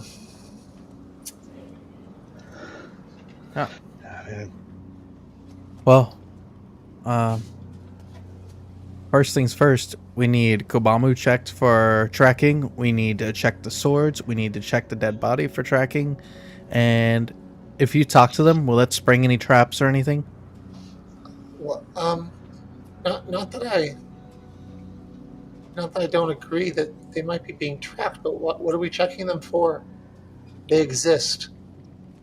I can track them. Well, I mean, like, if you put any magic on them, if that'll, like, alert somebody or something, or if Oh. they clone Kobamu and that, like, trips on them and they come back to life. What's a clown? You know, it's like you have a piece of paper and you got another piece of paper from that paper. So it's the same Kobamu? thing, but two. Drew, back up in the mic a little bit. Yeah. Oh, So okay. it would be like two, All right. I hadn't but thought of the spell. right. I didn't know there was magic like that. Okay. Ogre well, I know has. that- Go ahead, If- Ogre. If the body or Kubamu has especially the body, if it is booby trapped, Ogre does have a spell that may see if it's trapped. If you put something on it. Well, I mean, so first of all, I agree, but I'm just thinking about the Onbao and the power they had, or at least the power they exhibited, and that other one, the big Onbao. He took over Kobamu's mind. He knows who we are. There's nothing stopping him from locating any of us. He doesn't need a tracking device.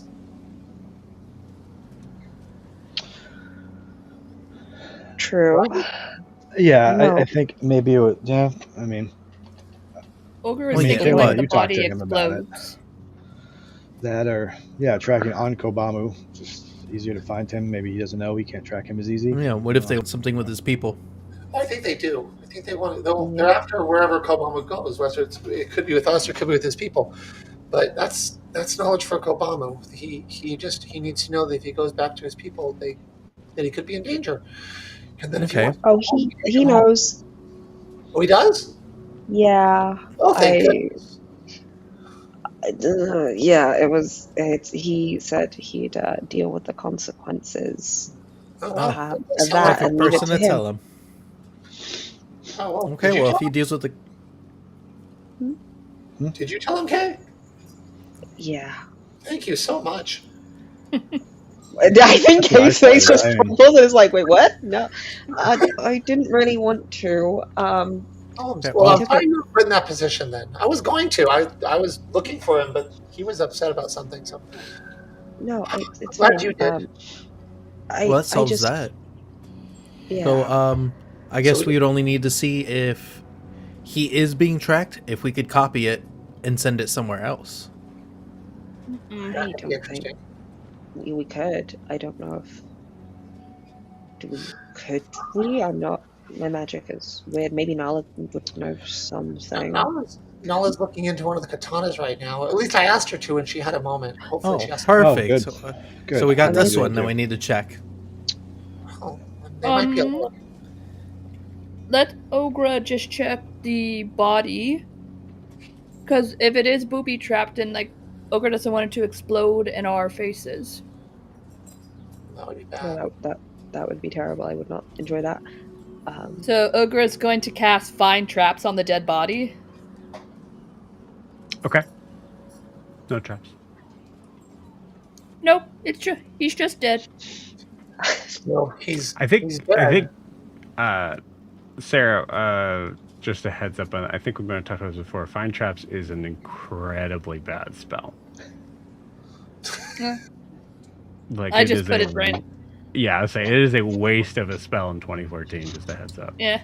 With what I know of magic, Joe, being a 4th level caster, soon to be a 5th level caster, Mhm. would this on-bow be a locate person or a locate object? Could be either. So you could use either. Okay, so yeah, it would be really easy to just use some basic magic to find this one, since he's dead. Okay. I mean, there might be tracking. Zed's right, which would make it easier because then it would be like a permanent always. It's over there. It's Always over there. there. But or it could be Well- the street that they're tracking. But it's I mean, we don't want to keep him on board for long, right? Should we do this No, and then I- get him off? I'm right? not even sure if we should question him. I mean, it's a really good idea. I just don't know if it's just so questionable. I mean, I could, Car, if you bring him back to ask him some questions, I could maybe have a look into his mind Does that work? and with just. you? I don't know. I've never tried it. I don't know if it worked the same, but I've done it to other people who've been alive. When I, attempted to go through. My brain wants to say his name is Archibald, and I don't think that's right. That's correct. If you the other bird, the big guy. The other bud. Yeah, I believe it was Archibald. Yeah, that was Archibald. Hell yeah. Oh, I mean, we'll definitely try if I bring him back. My big question is, do I bring him back and let him see who's really talking to him? Me? Because he's not going to answer my questions. He's not happy with me.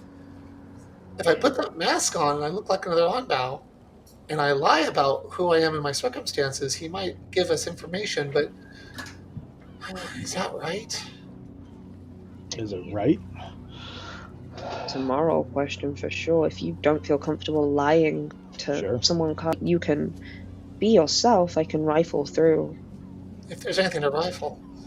Yeah, that's the only thing. So maybe let's figure out, what are we wanting to get from him? We can see if it's worth this risk. What are we hoping he'll tell us? Their plans? I mean, what do you want? Anything's open. Yeah, I mean, I had nothing specific. I just he's an Onbow. I can talk with dead people. You know what? And Card takes the mask that Ogre handed him and just, without looking at it, just hands it back to Ogre. And so I can't do that. I'll talk to him. I'll bring him back and I'll talk to him, and maybe he'll give me some answers, or maybe even give something up in his lack of answers that would help us. But I can't do that.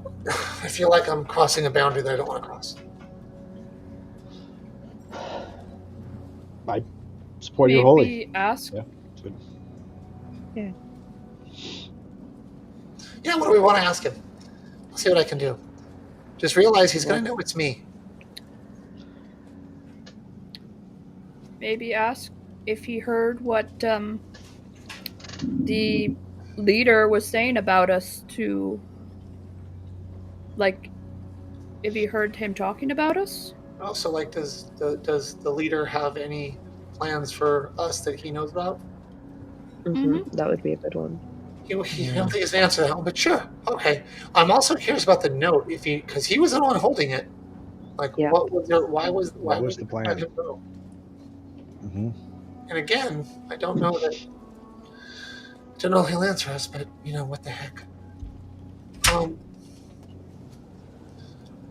All right. Oh. So we got 2. Is he going to kill the other Ganbows? He killed one. What do you mean? Ganbolds? Ganbolds. Oh, he killed one? Sarah may be misremembering. Oh wait, when he slit the throat. One to sleep. Yeah, he put him to sleep. He didn't kill him, Joe, did he? I thought he just knocked him out. No. Jonathan. When I went to the meeting with Jonathan. Yeah, he didn't kill him. No, he put him to sleep. Okay, that's Sarah misremembering. It would be really bad for him to kill a member of the Ganbold family. Yeah. You mean like we did? Yes, kind of. Sorry, what? Officially, I didn't kill him. I just reminded his dinosaur where it came from. Okay. So. Rephrase the question. See who he's which Ganbold he's aligned with. No, they may have allegiances with other families, but I think he works alone. Although Zed, there's a Yun that taught him his magic. Mm-hmm. So if there's another Yun that taught him his magic, The Aurelian family? Maybe. That could be a good question. But would he also know about timelines if another Yoon taught him for sure, right? Well, I mean, the Onbow may not know, but the big one would, but we didn't kill the big one. The other one. No. And my things would be, why the hell does his boss want that dagger, and what kind of secret code do they have that we Actually, could take advantage of? Maybe a wider range question is, why are they collecting artifacts at all? Yeah. What are they planning to do? Feels like Hakuya's a puppet master at the minute. I wonder if he's working with other people, not just Loa. I don't know. If He doesn't seem like he'd be the top of it all if he's just controlling one family out here instead of the main one that has everything. Does he have control of the towers on this island? I kind of don't want to ask him that question, only because I'm not the only one who can speak with dead, and if we bring that up and they already don't know about them, then they will. Yeah. I would ask how far the corruption reaches, but I don't even know if that's something he would know. I can ask that, but I mean, how about how far does your influence? How far does the Onbow's influence reach, rather than corruption? Because they're not going to see it as corruption. They're in general, people try to do what they think is right.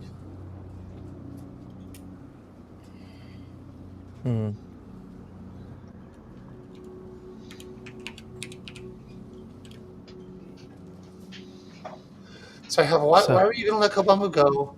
Why are the Onbow collecting artifacts? Anything else? How far does the influence? How far does the Onbow's influence go? Is that a good way to word it? Yeah, I'd say that's a good way to word it. It's 3 questions. Do I ask, like, what do they want with Yoon? I mean, they took him as soon as he got off the boat. Oh. As part of the Aaron game. That might be interesting.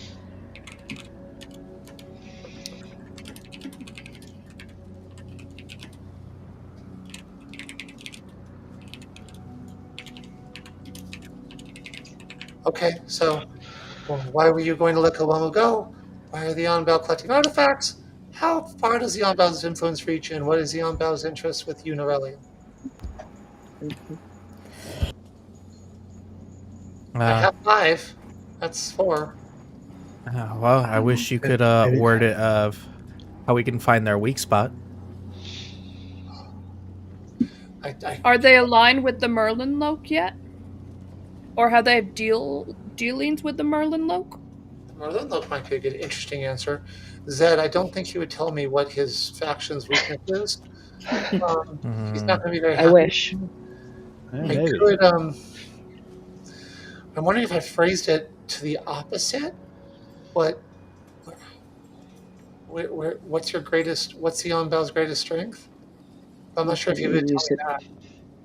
That would give us some insight into them, at least. Oh, perfect. When's their next group meeting? Do they have anything special, big plans of getting all high, whatever top people together?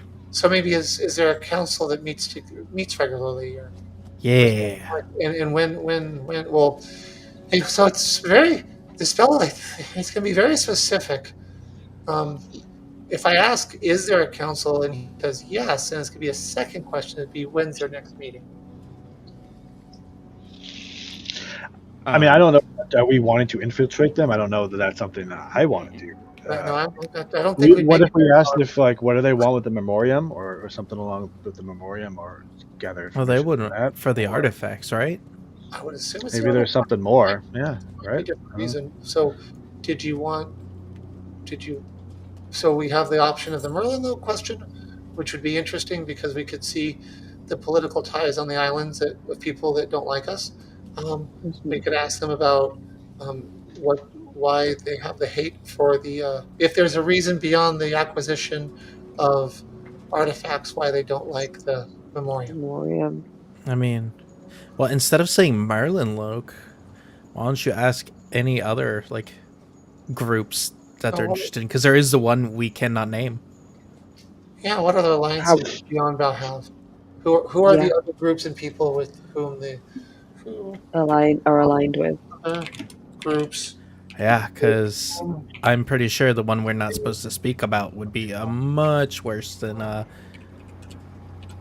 So who you would walk So if I say who are the other abraded. group, if I say who are the other groups with which the Onbow are aligned, is that good? Like outside the island or in the island? That's a pretty open-ended question. And remember, he doesn't have to answer any of these. He might just spiritually spit in my face 5 times. Sure. Ew. Yeah. No, it's happened more than once. People aren't really happy when they die sometimes. He won't be the first one. Okay, Ogre was happy when she saw Car's face when she died. and I appreciate that. I can imagine spirit spits slimier. No, it's about the same. Wouldn't Just it be? Oh, I thought it'd be incorporeal. Interesting. so Ectoplasm. yeah, ectoplasmic spits. Ectoplasm.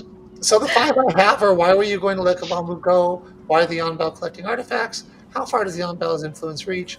What is the Onbel's interest with Unirelian? Who are the other groups in which the Onbel are, who are the other groups with which the Onbel are aligned? Is that Sounds good to me. Are these keep in mind we might just get a lot of no. Well, then we can grin That's when I fine. call some sharks to eat his body. All right. Well, One moment. Oh, go ahead. I'm sorry, Sarah. Sarah, Ogra. Everybody just looks at each other. Go ahead. It's not our car. Kill him. Jump it now! if the body is being tracked, Ogre can use animate dead and make him go the opposite way we're going. I was And going Bad idea. and he'll have animate him and make him swim the other direction. That'd be fun. and he'll have to do it a whole day and follow Ogre's orders for a whole day. 24 hours. Huh? Oh, that's disturbing. Okay. Can you excuse me just for a moment? Yeah. Awesome. Yeah. Do you want me to set him up? Is it easier if he's propped up? How does this thing work? Do we have Lay him to out. make him look good? Okay. I'm not sure what they see exactly because we talk on the ethereal plane, so just lay him out. 2 things. 2 please I want to talk to. I want to fly up to Nola. Okay. Quick, I know you're busy and you're busy helping me, so I appreciate that. Car. Yeah, okay, I'm sorry. Wait, no, I'm not sorry. Okay, No. forget I said anything. So Car. Car. I love that. Did the Onbow say anything to you when you had been captured that would lead me to asking the dead one a question? No, not a word. All right. Oh, have you said to Nala what you're about to do? Not yet. Oh, I did during my conversation. Okay. Yeah, the whole idea. here's what I'm worried about. That was one of the 2 things I said I was worried about. Worried about learning Ray's dead, and worried about lying when talking to a spirit when I'm talking to the Zonbao by using the mask. Okay, so cool. I did mention I was going to do it. Yeah. Great. So she's holding the sword out, and you see she's kind of holding it like this. Is it in the scabbard? I hope. It is. Yeah. Okay, good. Oh, you finished? Yeah. Oh, that's not a good yeah. What's going on? I don't know if you're gonna get any. I don't know if you're gonna get anything from our new friend. Okay, can I? I'm gonna roll something because Jack had a leap of something, and I'm gonna see if I'm just gonna roll Arcana and see what I get. Cool. I got a 23, so I go. He's in the sword. No. Good question. Okay, good. Cool. And I go. Oh, good. Oh, thank God. No. What? No.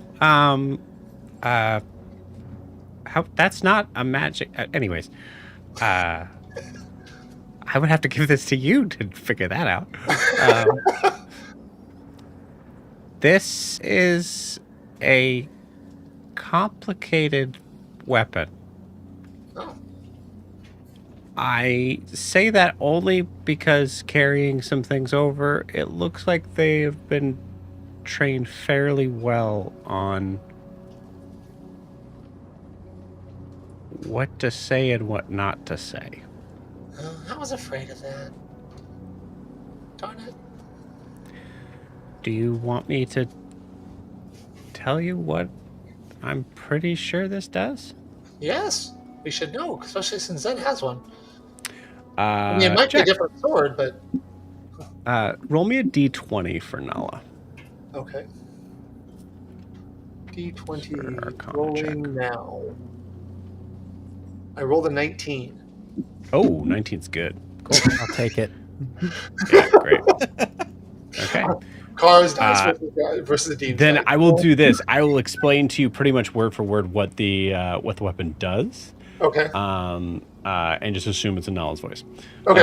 Yeah, because my voice is hurting too today. As you can tell, Car's got a weak voice today. I think it's just this would also be like the RP sort of version of explain this as opposed to mechanics. Right. This sword is called the Kyoketsu no Kaji. It is a +2 weapon. Okay. Versatile, 1d8, 1d10, just like a typical katana. Has a number of magical effects. 1. Edge of Silence. When you hit a creature with this weapon, you may silence them as if affected by the silence spell, but only targeting the creature until the start of your next turn. You're able to do that twice per long rest. Okay. Disciplined Execution. When you reduce a creature to 0 hit points with this weapon, you may make one additional weapon attack as a bonus action against another creature within range. Okay. Sense of Heresy. While holding or wearing the weapon, you may use it to detect deception. Twice per day, you can choose to automatically know whether a creature you can hear within 30 feet has just told a lie. You must be holding or wearing the blade to use this feature. Okay. This weapon is cursed. Once attuned, it cannot be unattuned without a remove curse or similar magic. If the attuned wielder raises their voice above a normal speaking volume, they immediately take 1d10 psychic damage. That is called Voice of Discipline. Oath-bound tongue. While holding or wearing the weapon, the wielder cannot knowingly lie. They are under the effective zone of truth and are aware of the restriction. And then, because you rolled so freaking well, there is an attunement trial for this. I'll say you know that failure causes damage. Okay. So Null explains it all to me, and I'm just stunned, like, wow. Huh. Yeah. I assume all those abilities you listed, you have to become attuned to do it, right? Yeah. That's unfortunate. Given your abilities in looking at this magic, does this attunement last beyond death? I don't think so. I just... Strap this back on his back and ask him some questions. Oh, I see what you're saying. That's interesting. Yeah, that's why I'm like... It'd be worth I mean, yeah. Roll me a d20. Let's see what happens. Okay. Although I think the thing of it is, go ahead and roll a d20. I was assuming it wouldn't, but I'll roll a d20. It was just something Car's musing out loud. Like, how can I use this without becoming cursed? And Car rolls a 6. Okay. Actually, I'll tell you a funny thing. Oh no, you know. It's okay, Joe. It's fine. No, It was a it's funny thought, man. some small part of it is you're not. I would say you're not entirely sure which one is which katana is his. Actually, this katana is not his. Okay. I know it's not because this is the katana I was pretty sure it wasn't. turned Yeah. it away from the other one that lost its face. Yeah. So the one that Zed has is his. And I'll let you know just above board on that. He can just choose not to answer. Oh, I 100% know that. Yeah, but Yeah. you know. But I'll say my initial thought. Oh, sorry. Go ahead. I was just saying. Thought was, if I didn't have to attune to it, and I put it on my back and was covered by my feathers, and I asked him yes or no questions, he might answer me, and then I would know if they were lies. But it's not worth attuning to. Yeah. So, we're not going through the trials. Yeah, I mean, it might be worth. It's funny because I would say there are things about this weapon that would actually be useful for anyone. Oh yeah. But yeah. Okay. So I'll ask one more thing before I find my second. And you guys have two of them. I know. Is this a set? Like, do you think the other one is like it? Can you tell from this one if it belongs to a set of them, or are they all individuals? I won't know for sure without seeing it, but I could tell pretty quickly. Okay, I'll get Zed to show you. I hope. Okay. Thank you. You actually, may I? Yeah, just be careful. Oh, yeah. Well, I'm putting it on my back. I'm not pulling it out. I'm just putting it on my back, so I'm not touching it even. My second question. Sorry for slowing this down. I want to find Kobama. Okay. Yeah, always. I will say at this point, always easy to find. Yeah. So I will alight where he can see me alighting, so I don't surprise him, and then walk up to him. Hi, Kobama. Are you feeling all right?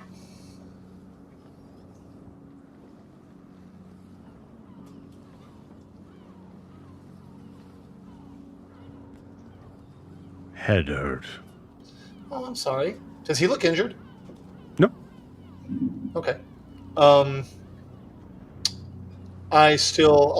I'll do this, and like a spiritual hand comes out from me, and I'll put my hand on him, and I'll do it very slowly. So if he stops me, I'll be like, no, but I want to cure wounds. Okay. To see if that will help his headache.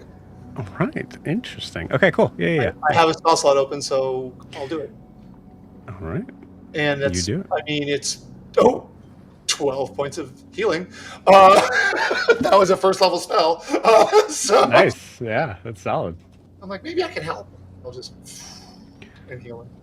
Uh-huh. Magic, very useful.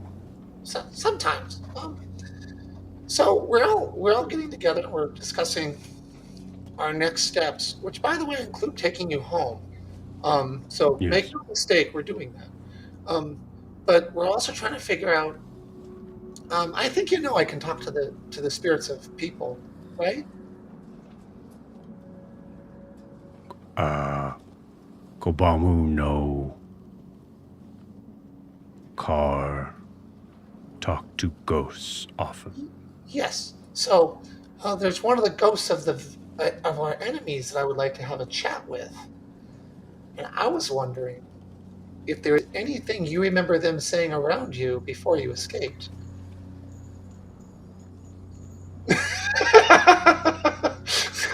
Car's doing his research. He's a bard. So I have his character sheet here. Let's see. I'm gonna roll. I'm gonna roll a Constitution saving throw from previous to see how awake he could have been. Okay. Or what he's. That's a nat 20. Nice. So ironically, even under the. Cool. That was a nat 20. That's fine. Yeah. Cool. Yeah, I think he is. I'll say above board. He is unsure of what he knows until you ask him a question. But so a specific question, or the question I just said wasn't enough? I would say specific question. Above board, I will tell you just straight up, Joe will tell you, like, you're not going to get any answers out of this creature that you're going to speak with dead with. You might get answers from Kobamu. Okay. That's fine. I had thought about how I might be able to get an answer. Yeah, I was saying, like, I wanted to kind of leave that open and possible, but it's because if I get, so here's my thought, Joe. If I get the right answers from Kobamu or the right information from Kobamu, and I seed the Onbao, who's now no longer bound by a sword because he's dead, I might spark him into answering in anger. Cool. Yeah, there's a possibility. So I'm not, I mean, yes, I'm not expecting anything, but I'm also like, if I get the right things from Kobamu and word them right, he might get pissed off and just like, rah, rah, rah, rah. I'm like, oh, thank you. Okay. Yeah, that's possible. So they are human or humanoid. Yeah, they are sentient with emotions. Okay. So did you were gone for not very long, but you were with them and without us. So I'm not really sure what to ask. And by the way, if anybody wants to just hear me asking Kobamu and has a question, please ask. Yeah. A, I don't want to just monopolize it, but B, you guys have great ideas. So did you hear the lead Onbao say anything like what his plans were, or why he might have wanted to let you go, or what his next steps were, what he was sending the other Onbao out to do?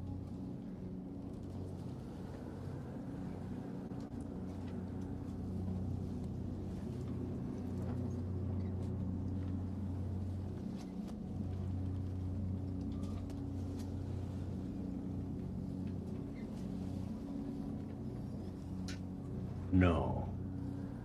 Oh. But. And you see his eyes kind of like, I'll say, like, they don't, you see his eyes kind of like, what's the word? Like the brightness of the like blue in his eyes kind of have this like weird sort of intermittent sort of flashing thing. Okay. And you hear, still in Kobamu's voice, but clearly as if like being like recalling, because he's using language that he wouldn't use. Okay. And you hear him say,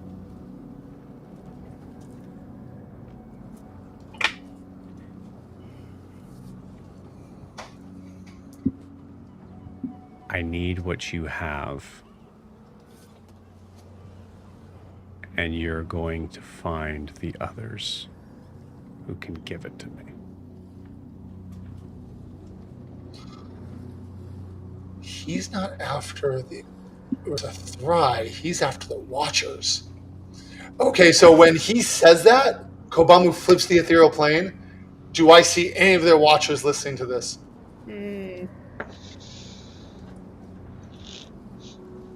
No. Okay, well that's interesting. Yeah. I flip, I look, I come back. I'll give you a chance here on this. Give me a religion check. Okay. Nope. That would be an 11. Okay. Yeah. No, I think 11's enough. You've been very careful in your language around these figures. Oh yeah. You feel like there's a possibility that Hakuya has been doing the same. Hakuya is very smart.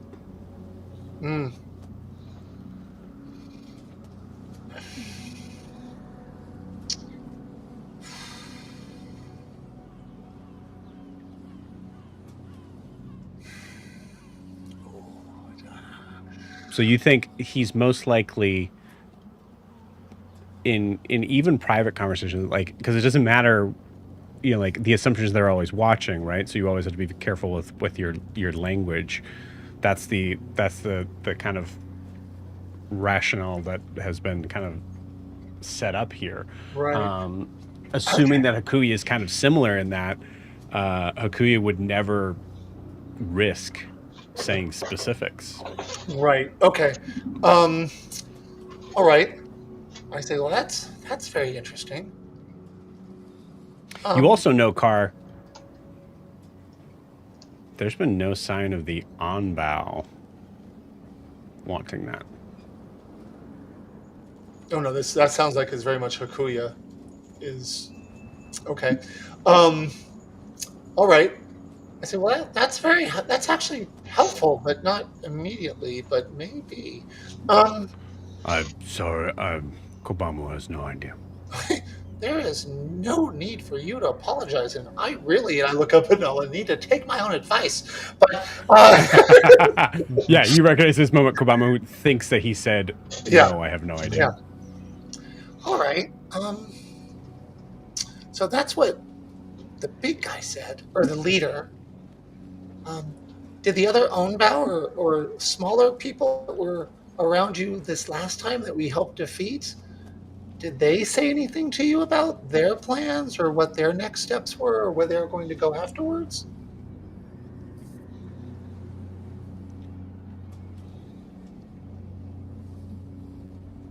And then I have one more question, then I'm good unless somebody else wants me to ask them something. Same flicker. And you hear something along the lines of, with respect, I do not understand why we are spending so much resources keeping this Merlin Loke abomination. Dissension in the ranks. Okay.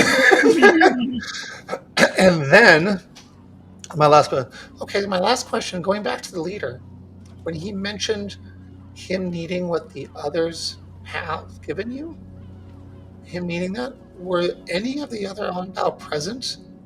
And if so, were it either of the two that were with you in the building?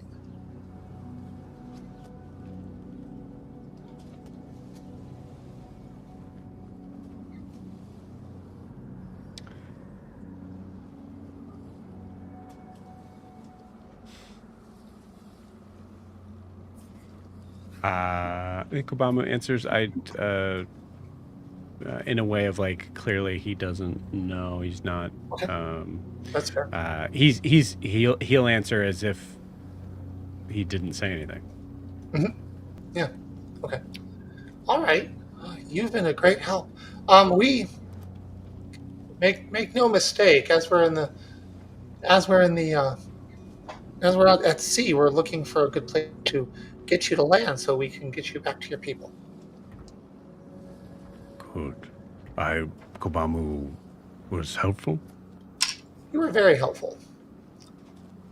Which gave me a completely new idea of what Kobamu is.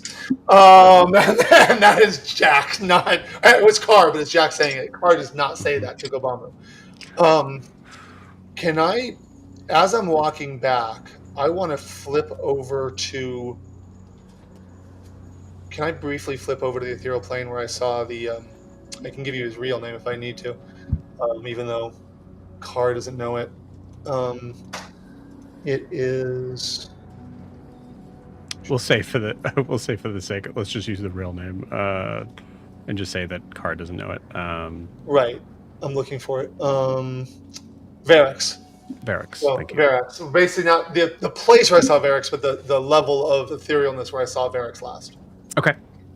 I can't say his name.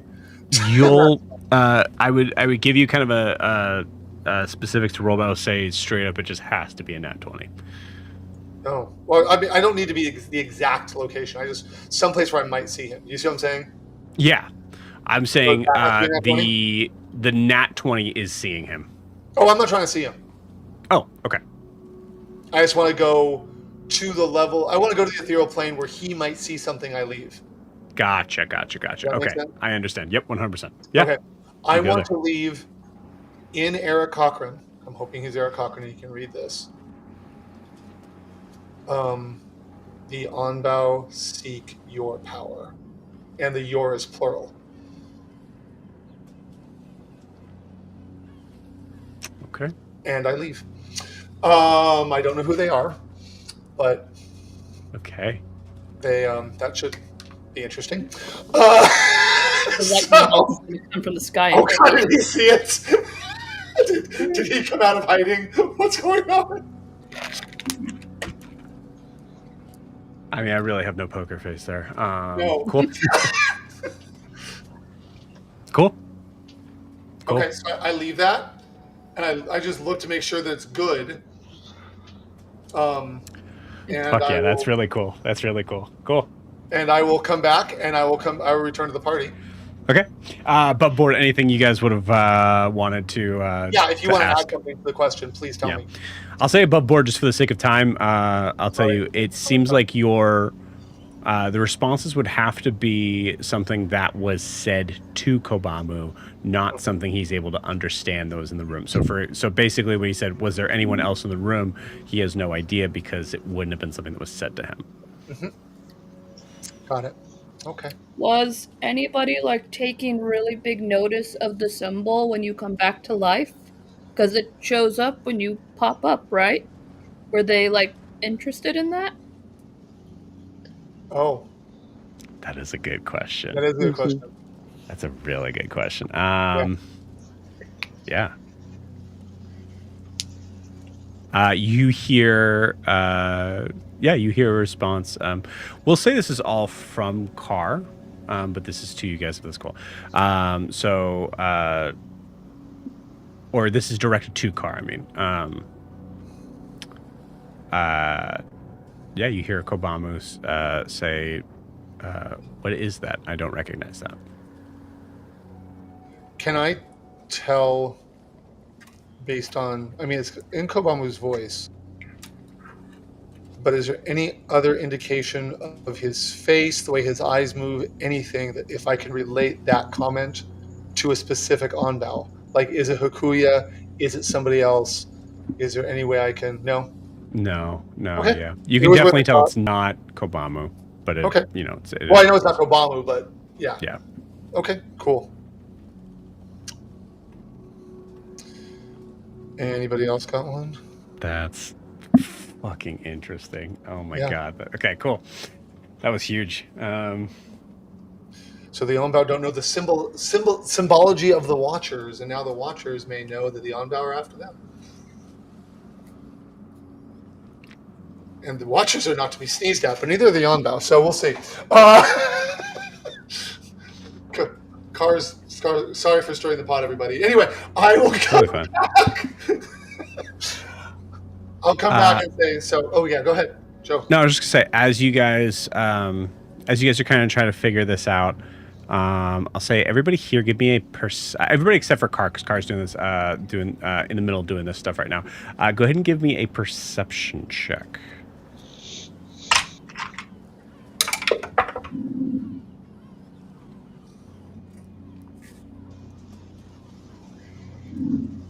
I got a 19.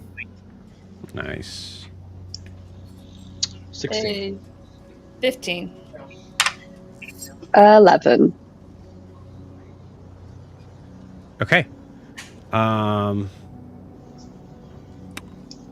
Zed.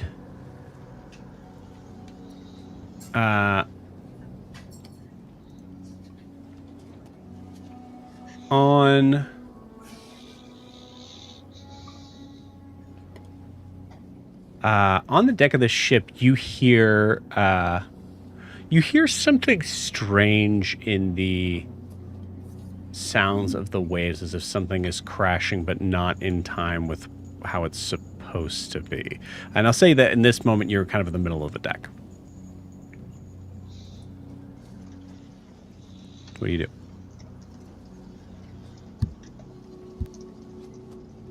I probably tell everybody, I'll be right back.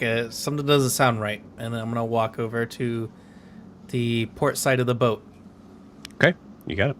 As you walk over, you see there is a rather small, like galley size fish.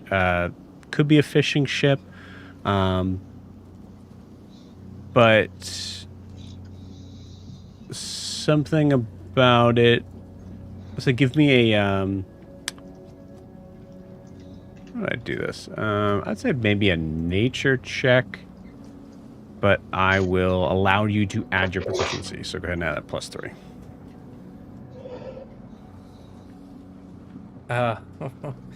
That would have been a 5. I'm gonna use my inspiration to like Cool. burn it up.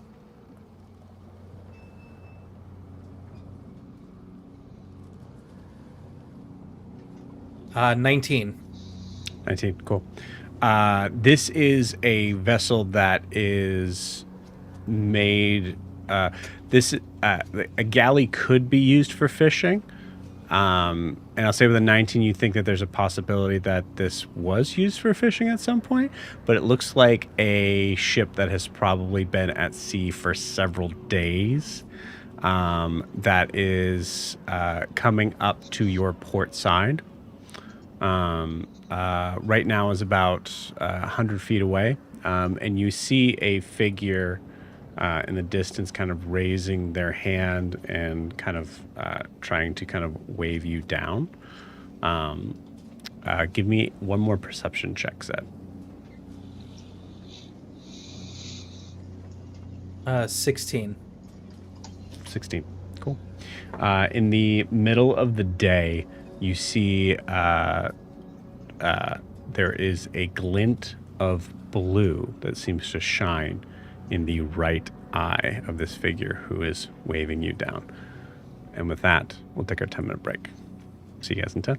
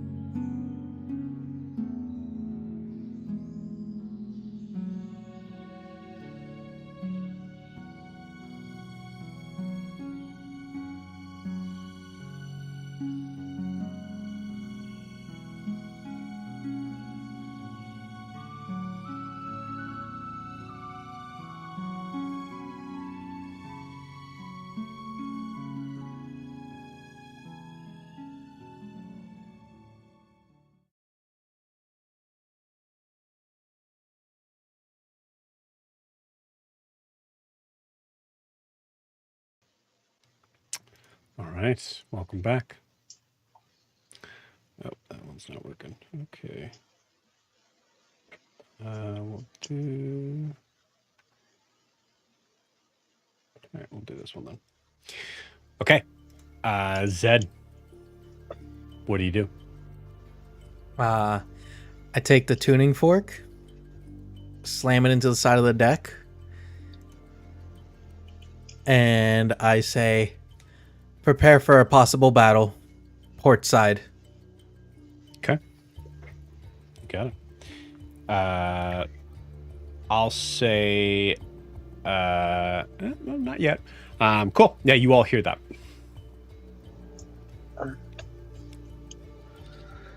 Caleb will go for it. No, go for it.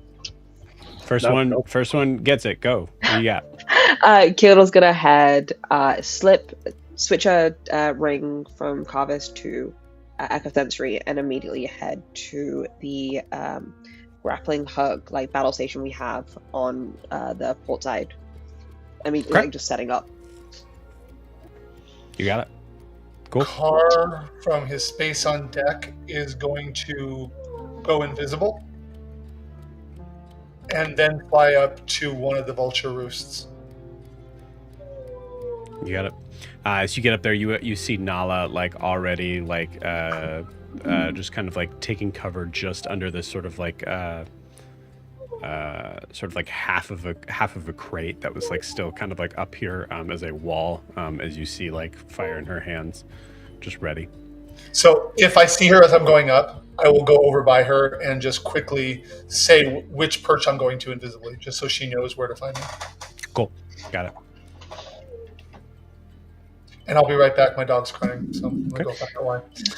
I think Riaris initially turns the wrong way and then realizes port's in the other direction and kind of follows Galen over there to go, but not necessarily next to her, but the same area to go look to see what is happening on port. Okay. Ogre. Ogre looks for Ven and our new people to get them like in a safer place.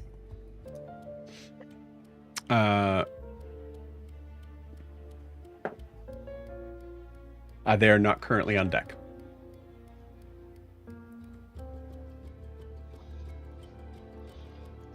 Go down below. No, they are not currently on deck. Okay, they're not. Sorry, you cut out there. Okay. Okay, cool. Zed, as all this is happening, you hear a message in your head as the ship is continuing to come closer. Also, one of the things you know is like a galley is considerably smaller than a brigantine. So this is like a one-mast ship. You're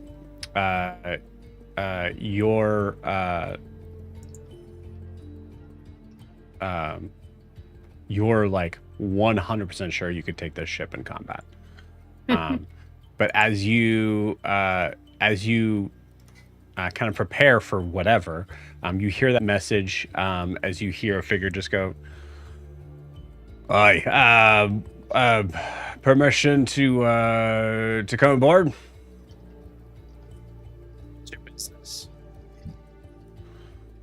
Oh, we've been looking for someone. We don't mean any harm. I assure you that otherwise we'd be pretty stupid to come so close to your cannons. Halt at 10 yards and anchor down. Aye, aye. And you see that happen as the ship kind of gets to that space of 10 yards.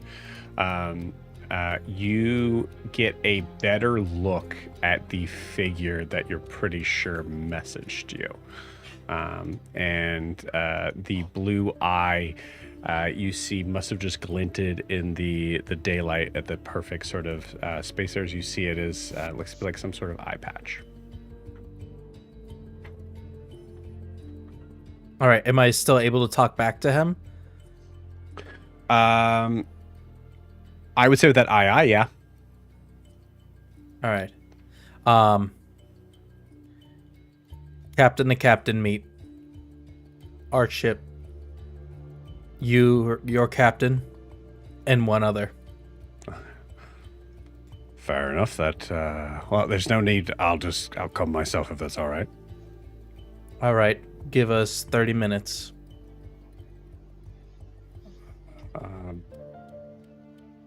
Okay.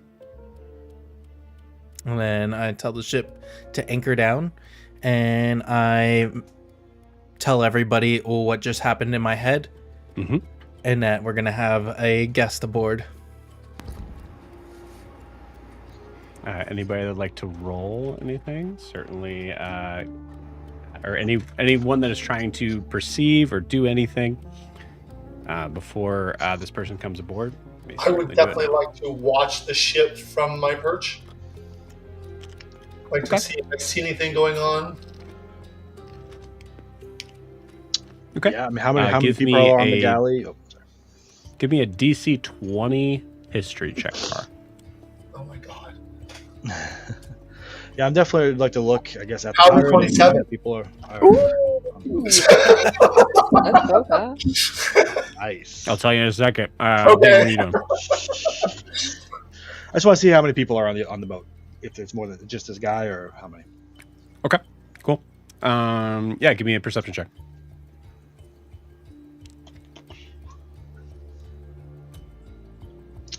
That's good. 15.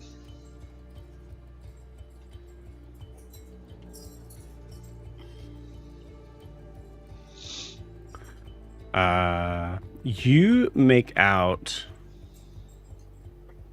about 5 people, including the captain here.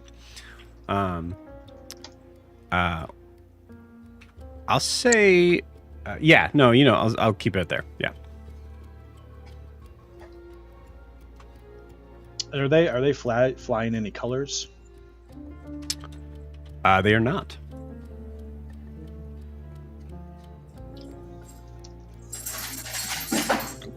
Does it look like a cargo ship or any, like, I know we said like fishing vessel, but have there been any modifications for like potential weaponry or anything that just seems a little bit out of place? Like there may be something to hide. Okay. Give me a investigation check. Got it. I'm gonna use my inspiration. That was an 8.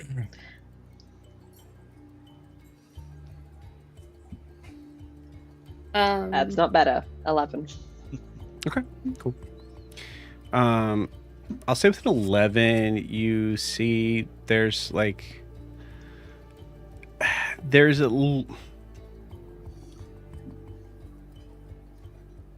as you are in a position really to like fully kind of blow this ship out of the water, you kind of feel like you relax a little bit in the idea that it does seem like this might be just a transport ship. Yeah. How far away is he or the ship from us? About 30 feet. give or take. Perfect. Ogre is casting Detect Magic. Okay. 30 feet.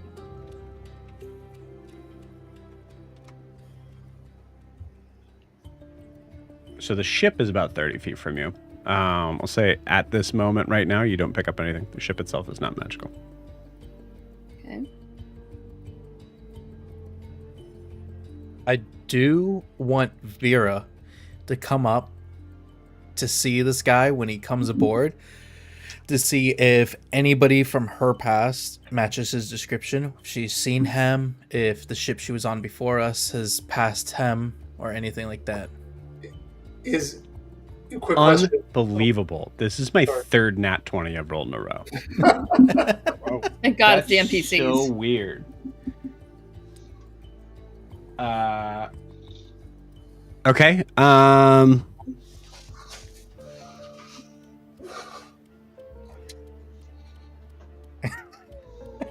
All right.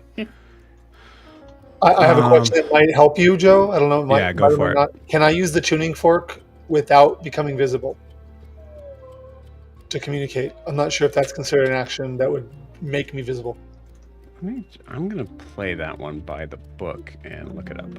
Because it says casting a spell or attacking, I think. I didn't look, honestly. Yeah, as long as it's just casting a spell or attacking, you're good.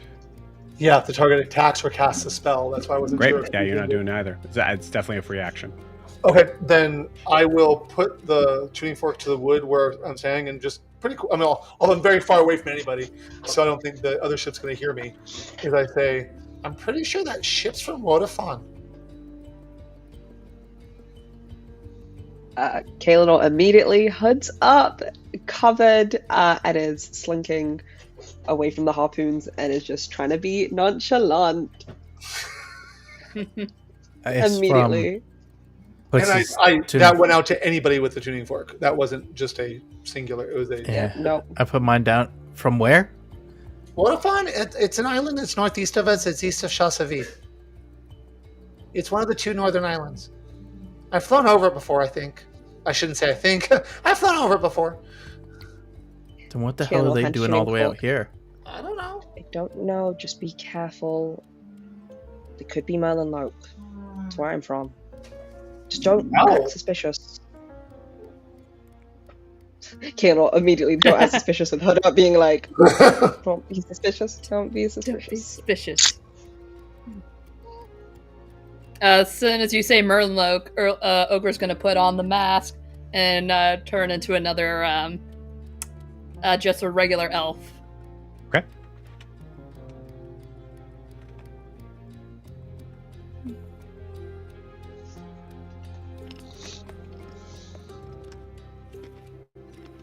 Anything else? 30 minutes is a long time. He said yes. Yeah, I've got just about nothing right now. That I mean, I've said everything I know about the ship. So, only thing Ogre can think of is, do you want a little more protection for Zed, in case he tries to kill us?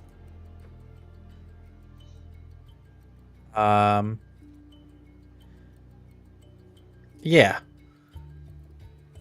Okay, don't freak out when Ogre does this. When he comes up, she'll put a barrier between Zed and him. Well, okay, we might not need that just yet. It's going to be made out of water, so it shouldn't hurt the ship. Extremely noticeable. Yeah. Yeah. Let's hold off on that, Ogre. Here's what we're gonna do.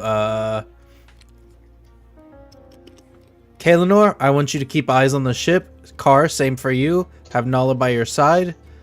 Riaris, you're gonna be with me. Ogre, you're gonna be just downstairs with Vera. In case you hear the word, you guys come up. And What's somebody the word? please. The word is gonna be bashful. If anybody sees Kobamu come out, try to distract him. Okay, cool. Oh, God. All right. Does everybody obey their command from their captain? Okay, Yeah. cool. Yes. Drew, tell me one more time what you commanded your ship to do. Okay, Riaris is going to be by my side as first mate. Kaelinor is going to stay in her position. Cannons fired or shown at their boat in case anything happens. Ogre is going to be just below deck with Vera. Carr and Nala are going to be up top in the skies, watching down. Okay. quick question, just to make sure. I saw Nala behind crates up there. Yes. Okay, so I will just respond when he says that. Carr says, we're both above on separate perches, just so he knows we're up there, but Cool. that we're not together exactly. Okay. Yeah. That's fine. And Vera let you know that information that I sent you. Okay.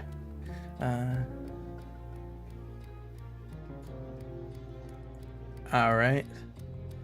And I'm just gonna tell Riaris this for right now. Yeah. All right. So I'm just gonna. Could you just send that over to Dan? Sure. Okay. Yeah. I will say I am going to cast Pass Without a Trace for me and Vera while we're hiding in that area. I dig it. For any stealth checks.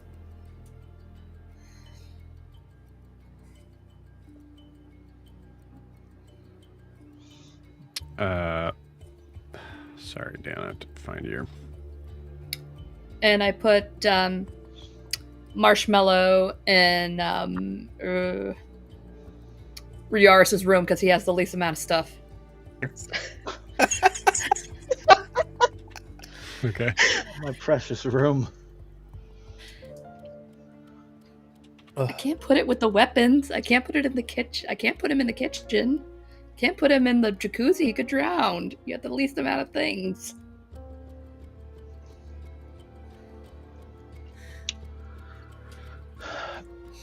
He's just gonna have a nice. I think pile on after his bed. you tell me, Zed, I just kind of lean him like, what's our play here? What are we hoping? Be calm. This could just be random. Hope for the think best, it's prepare random. for the worst. All right, lead on. Right there. All right. 30 minutes is up, unless there's something else. Just out of curiosity, the color of his blue. What shade of blue is that? As we are. Give me a, because I don't think we've had Riaris find that yet, right? So Riaris, give me a perception check. Would that have been like a familiar color, like from my past? 25. Yes. Cool. Awesome. I'll just say it above board. It looks like a jewel. Like it looks like a sapphire. I guess maybe pointedly, like we have the Watcher Azure blue, we have the Merlin Loke blue. Does it ring towards either one, or is it just looks like just a nice blue? It's a jewel blue. It legitimately is a sapphire. Yeah, Probably. fair enough. Remember, we ran into those before. Did you? If it's what I'm thinking of, in the mines. In the No, like I said, it is a sapphire. Oh, okay. Never mind. I thought it was something else. Yep. So there are more, Joe. Cool. Yeah, I'll say with that, do you want me to, do you want to just put down your Yeah, I'll walkway, go or over. I'll just put mine? down the ladder down for him. Okay. So you gotta wait on the edge for him. All right. You see this figure kind of come up to you. You can clearly see that sort of like weird sort of it's very, very rough cut, the jewel. But it is like covering like an eye patch over his eye. Hi. Ahoy, good morning. Or afternoon, I guess. Hard to tell Afternoon. drinking some days, all right? Oh, I see. Well, yeah. Maybe. Captain Denholm, at your service. Ah, Captain Zed. Captain Shake his Zed. hand. Interesting name. Yeah. Huh. It's quite a ship you have here. Yeah. It's quite unique. So, what brings you over here? Oh, for me, I am just a. We are on a very specific sort of trip. We seem to have lost a friend of ours. Just wondering if be willing to let us check your ship to see if there are any stowaways. Oh. I could tell you there's no stowaways on this ship. It's a And- big ship. Yeah. And, well, what might your friend's description be? And why would they have been missing? Well, let's see, description. He's about, yay tall. Kind of stretch of some black hair, curly, about my skin tone. Kind of a skinnier sort of fella. Would be wearing a rather big coat.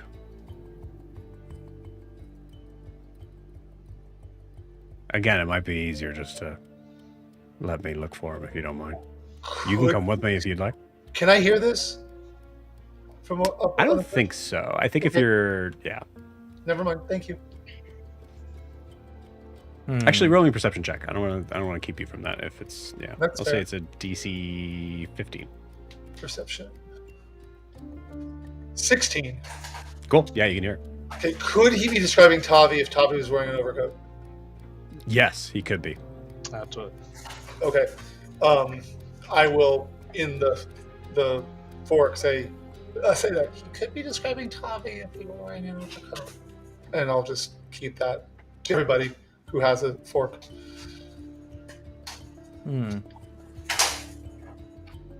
Riaris, does that fit a description of anybody that's come aboard? Don't believe so, Captain. Not many people wearing heavy coats in this weather. Person have a name by any chance?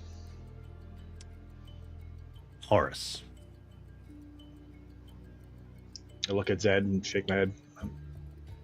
Doesn't ring a bell. Horace. Huh. Could Can be I going see by a different Tavi name. from the perch? You didn't direct Tavi to do anything particular, huh? I didn't, no. Mm-mm. Well, except learn to swim from Vin, but... He's out there just doing laps. Like, look at me, coach. Put me in. I'm ready. I'll say, I would say he's on deck, but I would say he's probably by the stern, like kind of closer towards Ogre's Garden. Can I see if he's reacting in any way, shape, or form negatively to the appearance of this ship or this man? You see him kind of like that's a good question. I'll say you see him kind of like peering over the edge towards the ship. Give me an insight check. Okay. Let's see. Insight. 5. No. Hard to say. Okay, fair. I'll say even with the 5, doesn't look like he's immediately hiding. Okay. I keep an eye on both Tavi and this conversation. Yeah. I'm sorry. Although also with a 5, he could be frozen in fear. Right. I apologize for interrupting. No, you're fine.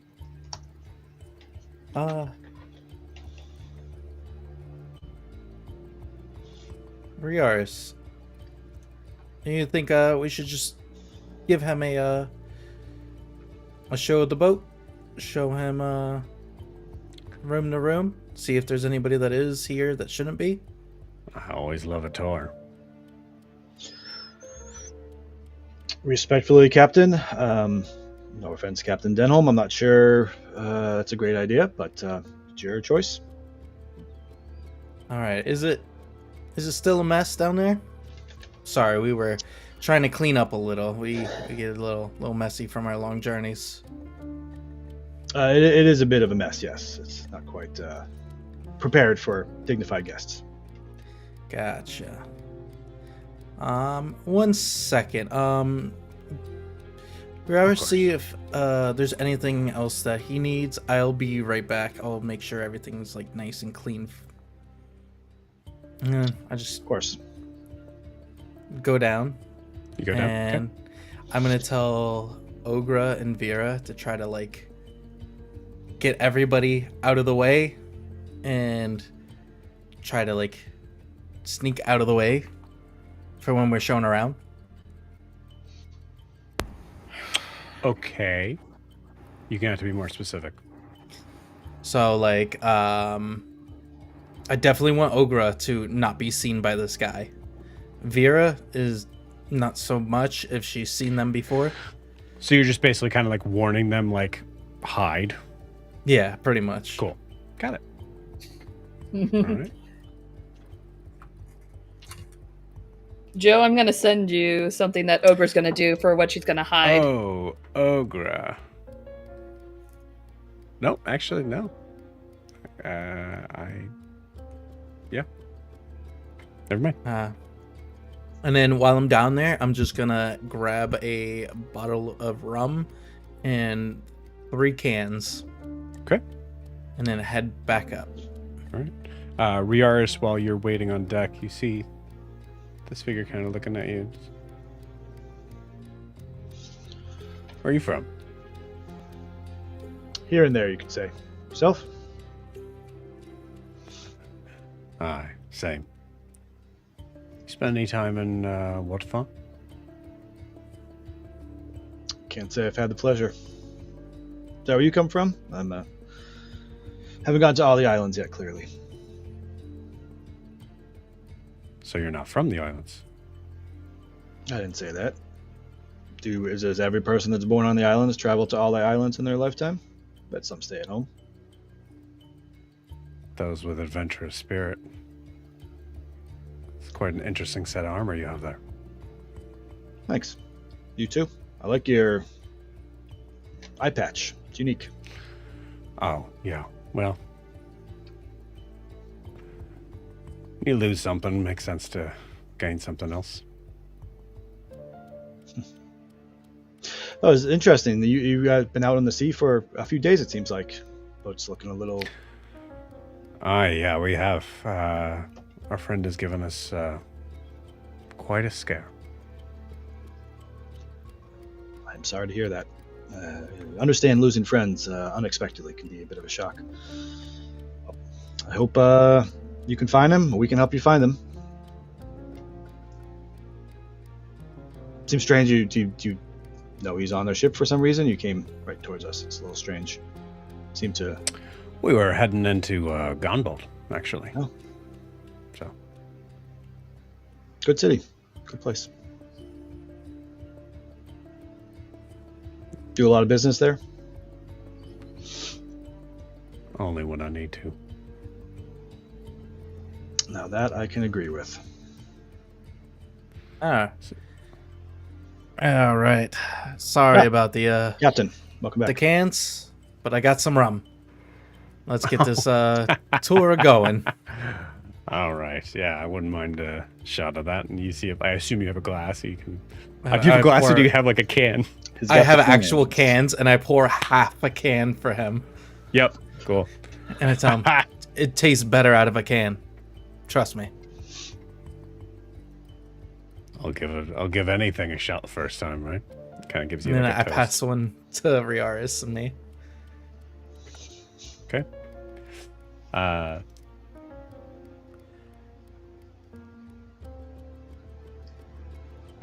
Okay. Cool. Sorry, I just read Ogre's thing. Cool. All right. Zed, where do you take him first? First, we're gonna go down, and we're gonna go look at the galley. Okay, you got it. As you're doing that, Kaelinor, Yes. what are you doing?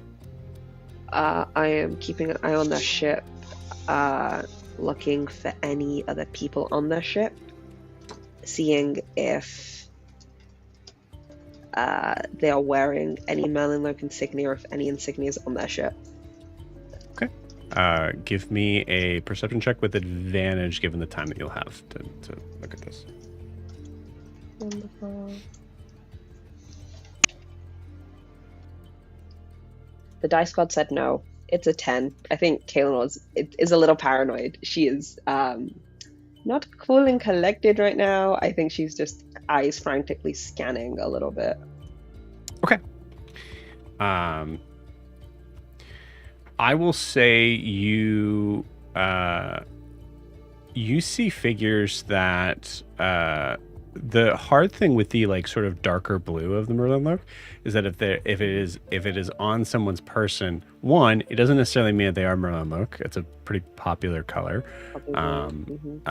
and two, it's hard to make out in the middle of the day sometimes. As it is very easy to be hidden in among the other sort of colors. Yeah, you do see that there is a figure that seems to be not moving, and their face is facing your direction. How far roughly would you say that person is? Just as a curiosity question. Give me 1 second. I'll tell you exactly.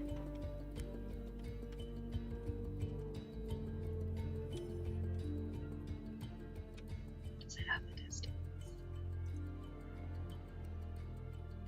About 50 feet.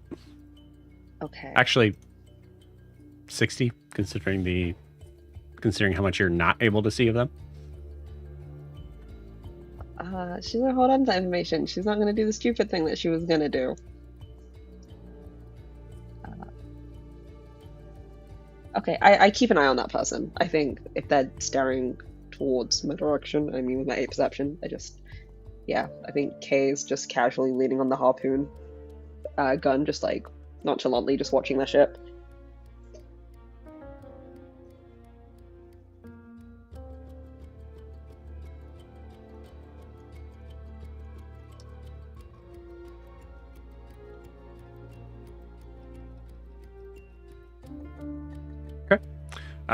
Zed, you go to the galley, passing by a couple different rooms to get there. So, assume there's a reason to start the tour here. You want to see something you don't normally see?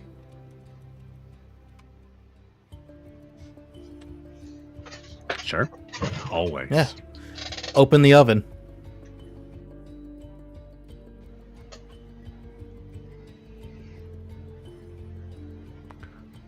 What am I going to find there? One of our friends. I doubt he'll match your description. Well, I appreciate the offer for the surprise, but in my line of work, you don't open doors. You don't know what's on the other end. Ah. Well, he's not hostile, and I'm going to walk over, and I'm just going to drop it down.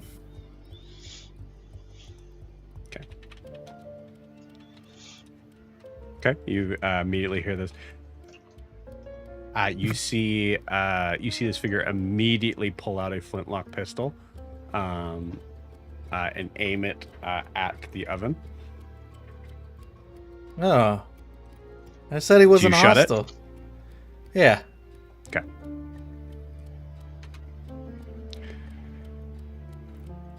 Oh. Now that we know your true colors, and it's not just blue, who are you really looking for? And with that mercenary, maybe.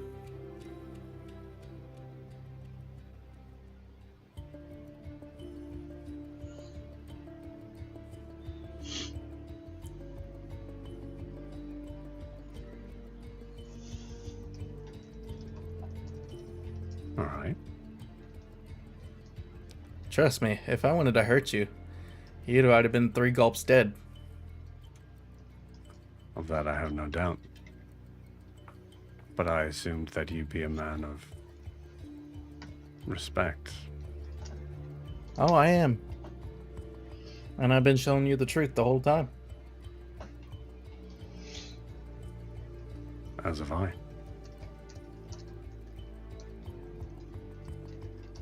So who is it you're really looking for? Horus. And what's the reasoning?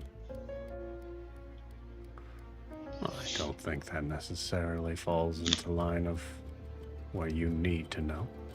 Huh? Well, as I've said, No one matches that description here on the ship.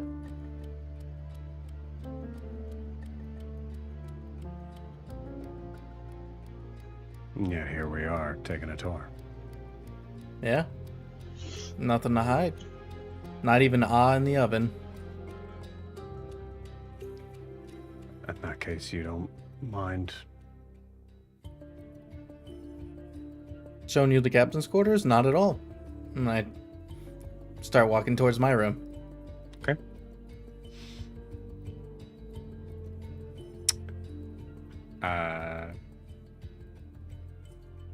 Car, anything you'd like to do in this moment? Yes, I was hoping you'd ask. I didn't want to interrupt. I will just quietly push my tuning fork onto the wood, saying, "I'm going to fly over the other ship, just so everyone knows what I'm doing." And then I quietly fly over the other ship, just do a circle around, just from all perspectives. What am I seeing?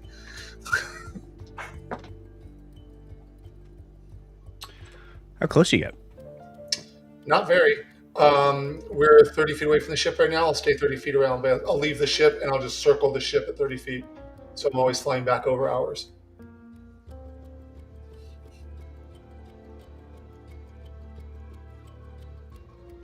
Give me a perception check. Okay. Ugh, 10. Icky. Kaelinor, give me a perception check. You got it. Is this to do with hearing or just in general? Just seeing. Just saying, okie duckies. Hey, it's a 15. 15's good.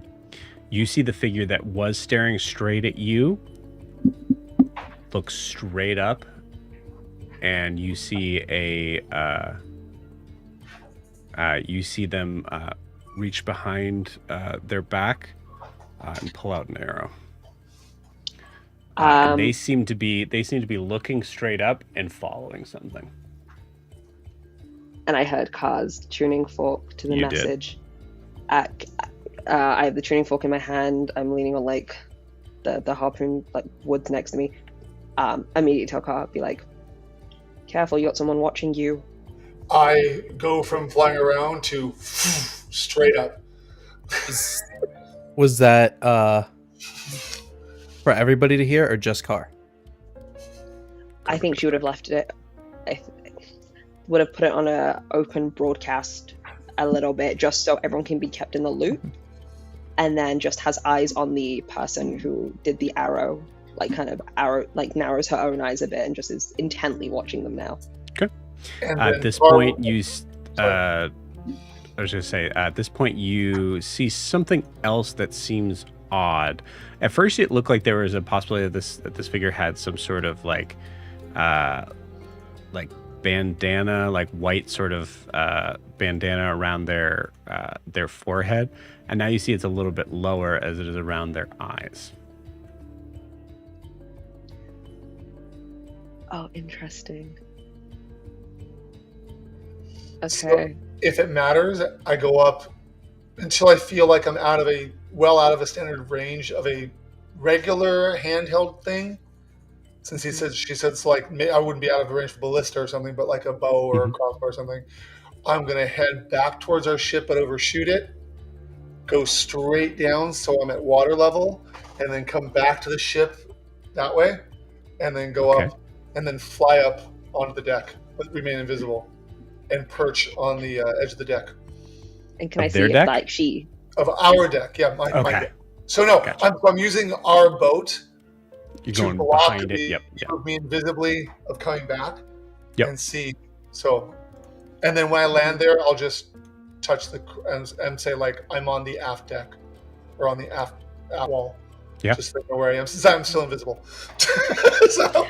You see, as the arrow is getting put back into the quiver, you see the figure kind of just slowly sort of turn their focus back in your direction. Their focus. No, Kaelinor. Okay. This was the figure that was watching you. Got it. I think Kaelinor just interesting.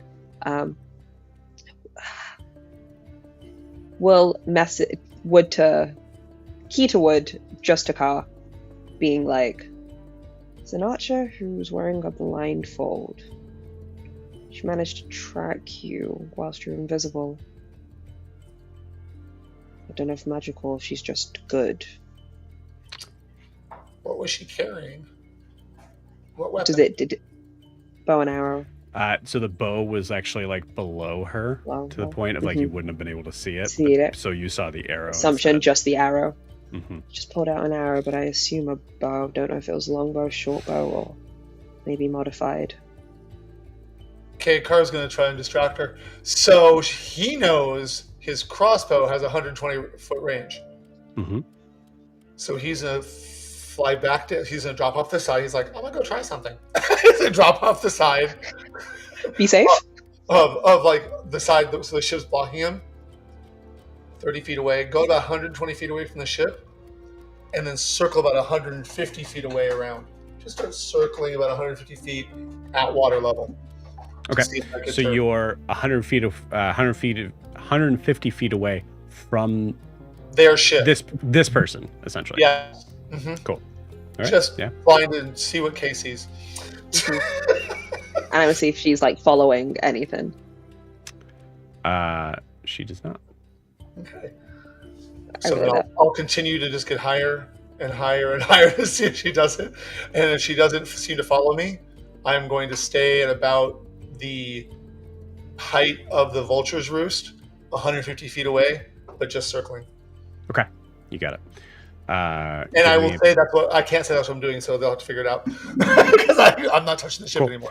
You know what? I'll just kind of give this straight to you. So as you're taking time to, you see that figure. You see a figure that looks to be dressed really well, but in like a deep red. Actually, I'm sorry. Give me a perception check to see how much you see. Okay. 16. Okay, cool. You see, at first it looks like a goblin's dressed really, really well until you notice that the sleeves are a little too long. It's this deep red, like velvety sort of coat. And then you see another figure that actually, Car, give me an Arcana check. 15. 15. You notice that there is another figure that is at the bow of this ship. And you notice that there is a strange sort of... No, 15's good, but it's not... It's not great. He's just standing on the bow of the ship. I will say this, with the 15, I'll say, it seems like he's concentrating on something. Huh. All right. And is this... So the one goblin, well-dressed but not, because an oversized coat, oversized red coat. And then this one is human? Or human size? This figure looks to be human. You got a 15? Yes. Looks to be human until you notice that their skin is blue. Slight tinge of blue. This isn't the ship we found earlier. No. Correct. Okay. So I'm gonna, when I circle back around on the ship's side, I'm gonna go ahead and alight on the aft side again and just say, "Goblin, oversized coat, blue-skinned humanoid, concentrating on something on the pile of the deck." And so that way they all know who's. And that was an all call. You got it. All right. Zed, captain's quarters. You see him kind of like just kind of do a quick Zed, give me a you see him kind of just do like a quick peek around, and it's a very quick peek, and he just kind of turns towards you. Lovely, very nice place. You don't want to see what happens in there? Not in that sense. Show me. Yes. I pull back the rugs covering the hole. What do you think about this? I think could be useful. It is sealed, like it is closed. Yeah. I think he kind of gets an idea of what it is. Or, well, has some sort of idea of what it is the idea of a secret sort of compartment. Could be useful in hiding some stash that Oh. you don't want to be seen. Yeah. No, that's it. It's a hole to the bottom of the ship. Like, it's full of water. All right. And sea elf. I swim down, get out, swim back in, get in my own ship, breathe water. Very interesting. Yeah. So, all right. I guess we're on to the next room. Oh, above board. Did Ogra say she was putting Marshmallow in Riaris's room? Or is that something she just did and didn't say? I think she just, like, did it and didn't say anything. All right. Well, Riaris's room is next. Okay. All right. And, Riaris, you want to show him your room? Sure, Captain. Yes, I'm excited to do so. Open the door to it. As you can see, it's pretty simple. And as you open the door, you see there is an owlbear who has a pillow in its mouth. It is for sure yours. As it kind of looks like it's kind of like sitting in the middle of the room, and then looks at the figure, just kind of drops the pillow in its beak, or out of its beak.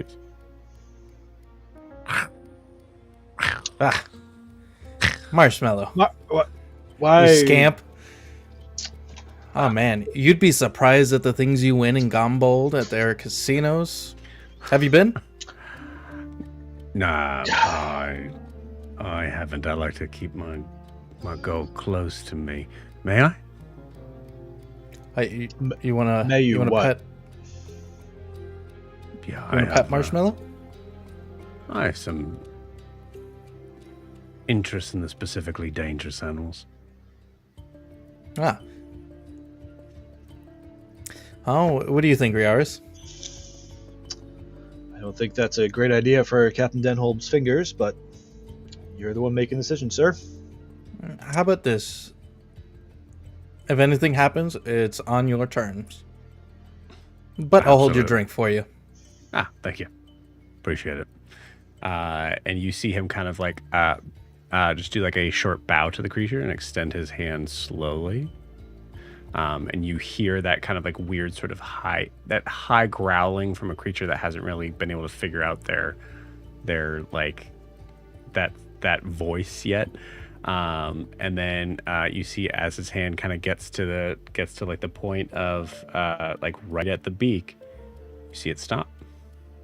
You see him put his hand underneath, give a couple chin scritches.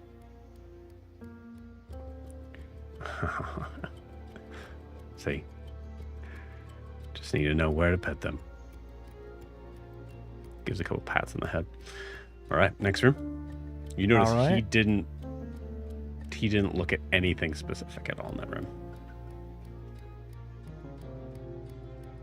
You didn't notice the giant window? Good viewing? Oh, yes, lovely, very nice. Mm. Like I said, it's a mighty fine ship. All right, I guess we're off to the next room. You know, for somebody looking for somebody, not really searching too well.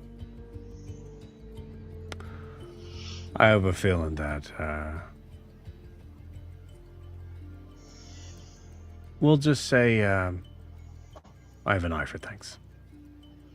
Ah. All right, well, I guess we're off to the navigation room. Okay. It's just right down here at the wall, or down the hall. I'm sorry, the rum. Oh, here's your glass. Oh, Can. thank you. And you see he is drinking from it. Oh, what did I tell you? It tastes better out of a can than a glass? It tastes better every time I Take a sip. I'll tell you that. Hey, something to do with the metal. Just don't ever use sauerkraut. Trust me. I'll keep that in mind. Thank you. All right, and then we get to the navigation room. Okay. Kaelinor, honest question. What's on the Yes. walls of the navigation room? Nothing. She put away Briaris's letter in the chest of drawers, so that's not in there. Right. It was at the but star charts and maps. Don't you In have your general. Merlin Loke thing there? It's in the chest of drawers of Briaris's letter and the note from her brother in next to her bedside table. Thank you very much. No. He goes into the navigation room, just kind of, all right, cool. Very nice. Kind of small. Yeah. Yeah. Well, we usually take everything out and go to the galley, put it out, I talk see there. some more like a storage room with a bed in it. Kinda. You see his attention moves to that desk. Well, shall we continue on then? Yeah. Lead on. All right, and this is we call it like the relaxed room. Got a nice tub in it. Cool. You guys open it, and Ogre, what do we see? Ogre's greatest plan was to hide in plain sight. So she, Grix, are in the jacuzzi with Yoon's wine, and like very awkwardly like this, like mid like catching, like Oh, it's all. Oh. ah, Oh, sorry it's about occupied. this. Go away, it's occupied. All right. Did you Oh, get a good look? occupied. Occupied. Yeah, it's the only bath in the place. Okay. Ogre, roll me a deception check. Oh God.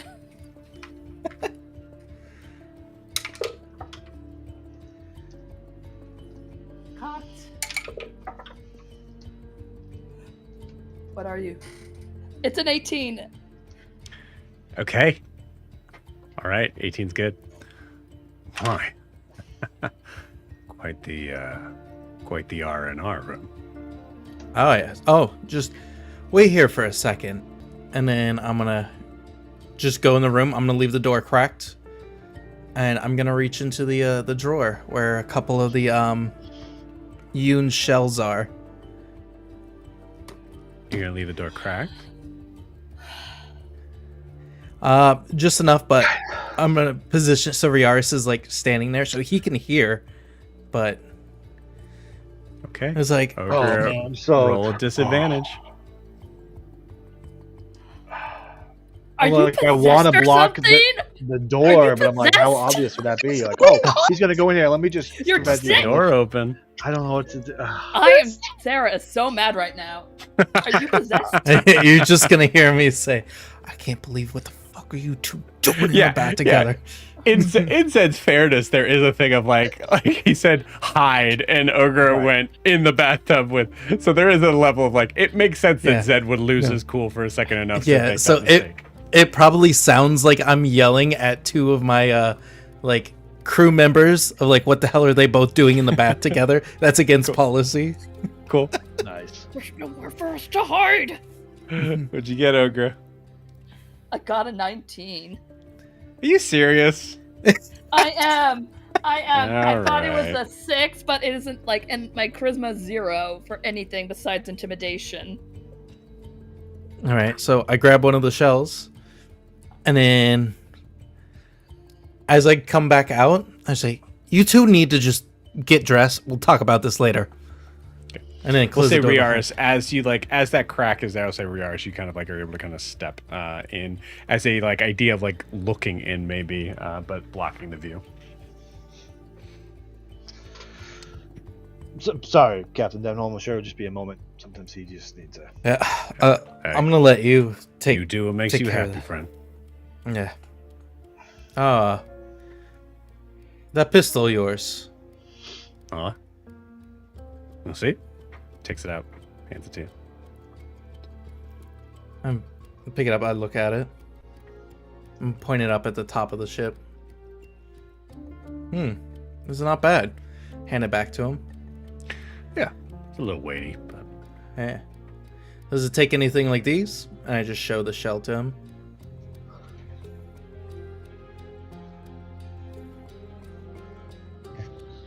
no, that barrel's a little too. He fell into brasslight accent. That barrel's a little too small for this type of shell. Gotcha.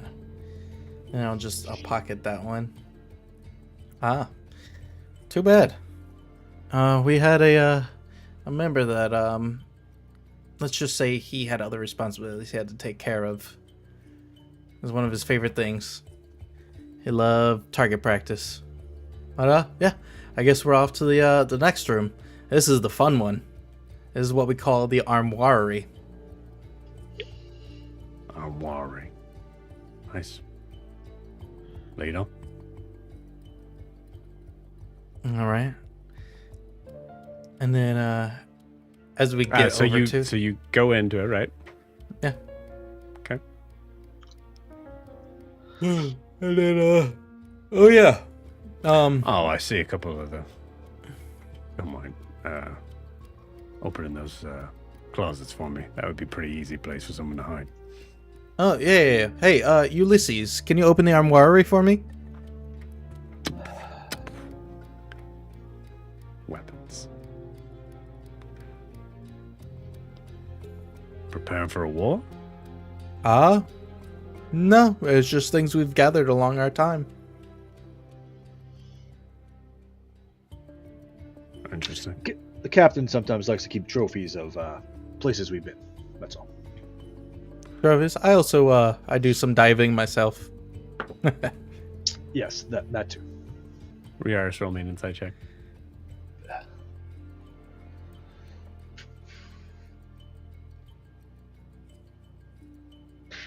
Six. Okay.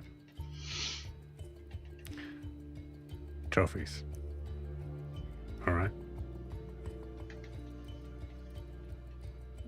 All right, and then let's see. Would that be?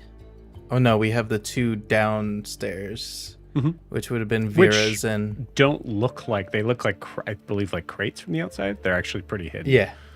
Yeah. All right. So and yeah, then, you bring them down there. Give me both of you. Give me insight checks. Oh no, they're not magically hidden. They're just hidden, I believe. I got a 13. Yeah. 6. Okay. Zed with a 13 looks really quickly. All right. Well, I guess that's just about everything. Appreciate the tour. Oh, we're not done. Oh. What else do You you see have in those two mind? crates? What? Those are 2 rooms. Oh, I've got all nothing right. to hide from you. Great. We'd love to see. All right, and then I show him the 2 rooms. Okay.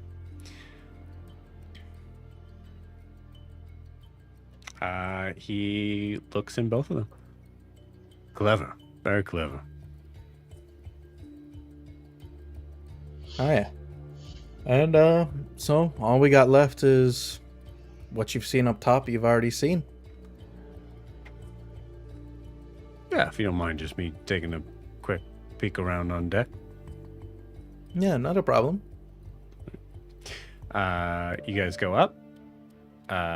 There is Vera, who is sort of standing towards the ballast, I think, of the deck, kind of like closest to the other deck. Seems to be kind of like laser focused on something. And you see Captain Denholm just kind of passes nonchalantly, goes towards the stern of the ship, and Kaelinor, you have your hood down, correct? I hooded up, but I think she. Sorry, that's what I meant. Yes. I'm hood up. Thank you. Okay, cool. But I think there's like peaks of her hair coming out. Like it's not a great hood. Like. All right. Give me a. I'll give you a choice, either stealth or deception. Well, let's go deception. Lying out of her ass. An 18. 18 is good, gang.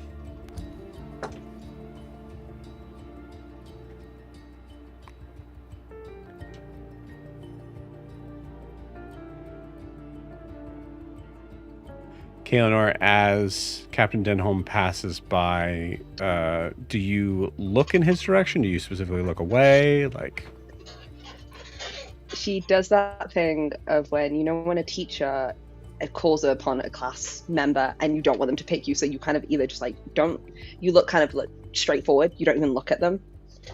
She's hoping just to get like a glimpse of his back, just to like see who he is. Give me an insight check. Okay. It's an 18. Okay. You see him noticing Vera, looking at Vera, passing by. And then you see him walk towards the back, look at you, then continue sort of walking in that direction where the stairs are to kind of go up anyways. And you see him give you kind of a second look, and you see him wink at you. Fuck. And just walks past you. Was it, silly question, was it a wink of like a playful wink, or does it mean like, or was it more of a can I discern what type of wink that was? No, you cannot. No. Wink check. Okay. Wink check. No wink check. Can I? Okay, then I'm gonna do something stupid, Joe. If you don't mind, if I can, if you say yes, you can say no. Do what you think Kaelinor would do. She's gonna cast Detect Thoughts. Yeah, there it is. There it is. God. There it is. You already know he could message. Yeah. Mm-hmm. Yeah, she knows. I mean, you can get surface thoughts without being noticed, unless he's able to unless he has anything that kind of is able to perceive past that. Yeah, well, yeah, she also has telepathy, and she does want to be like, yo, what? But she's gonna check him out first. Yeah, I'm gonna use my feet to get surface thoughts from him and see what he's thinking. Okay, you got it. Surface thoughts. Well, I guess that makes a little more sense.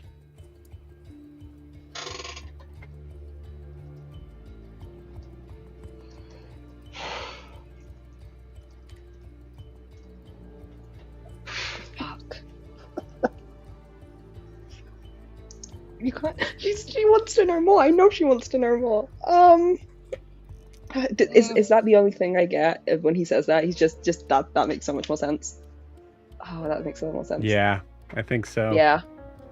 Well, fuck. Guys, I love you. Let me say this first. Guys, I love you. I'm gonna do this. She's gonna telepathy 60 feet and just be like, what makes a little bit more sense?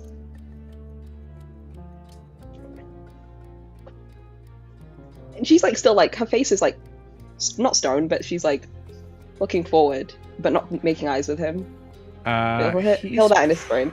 He's pretty sneaky. That's another nat 20. Cool.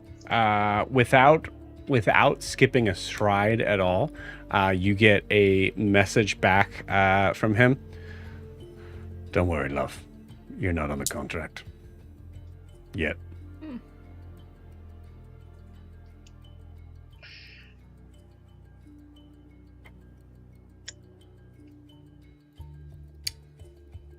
Good to know. But who is? And what did you find? That's what you say? I do.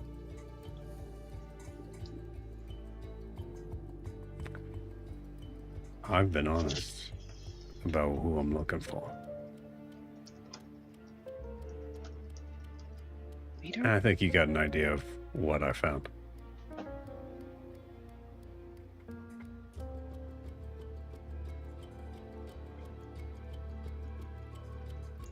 But like I said, you're not in the contract.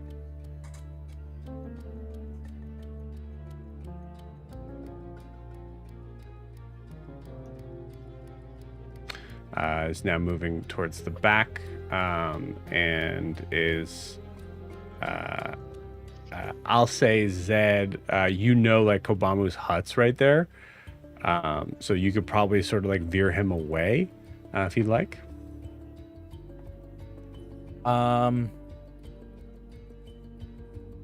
Just 1 second. Let me clean up this area. I don't like dirty ships to new guests. And then, hey, Riars, can you call, introduce him to Carr? He's seen a couple of our crewmates. You might as well. I mean, if he's looking for somebody. Right, of course, Captain. I'll see if Carr is available. Sure. I'm just gonna yell out. I'm gonna do something silly here. Nala's gonna drop down. Captain? No, Nala. Oh, Nala. Yes. Jesus, guys, you both just said Nala?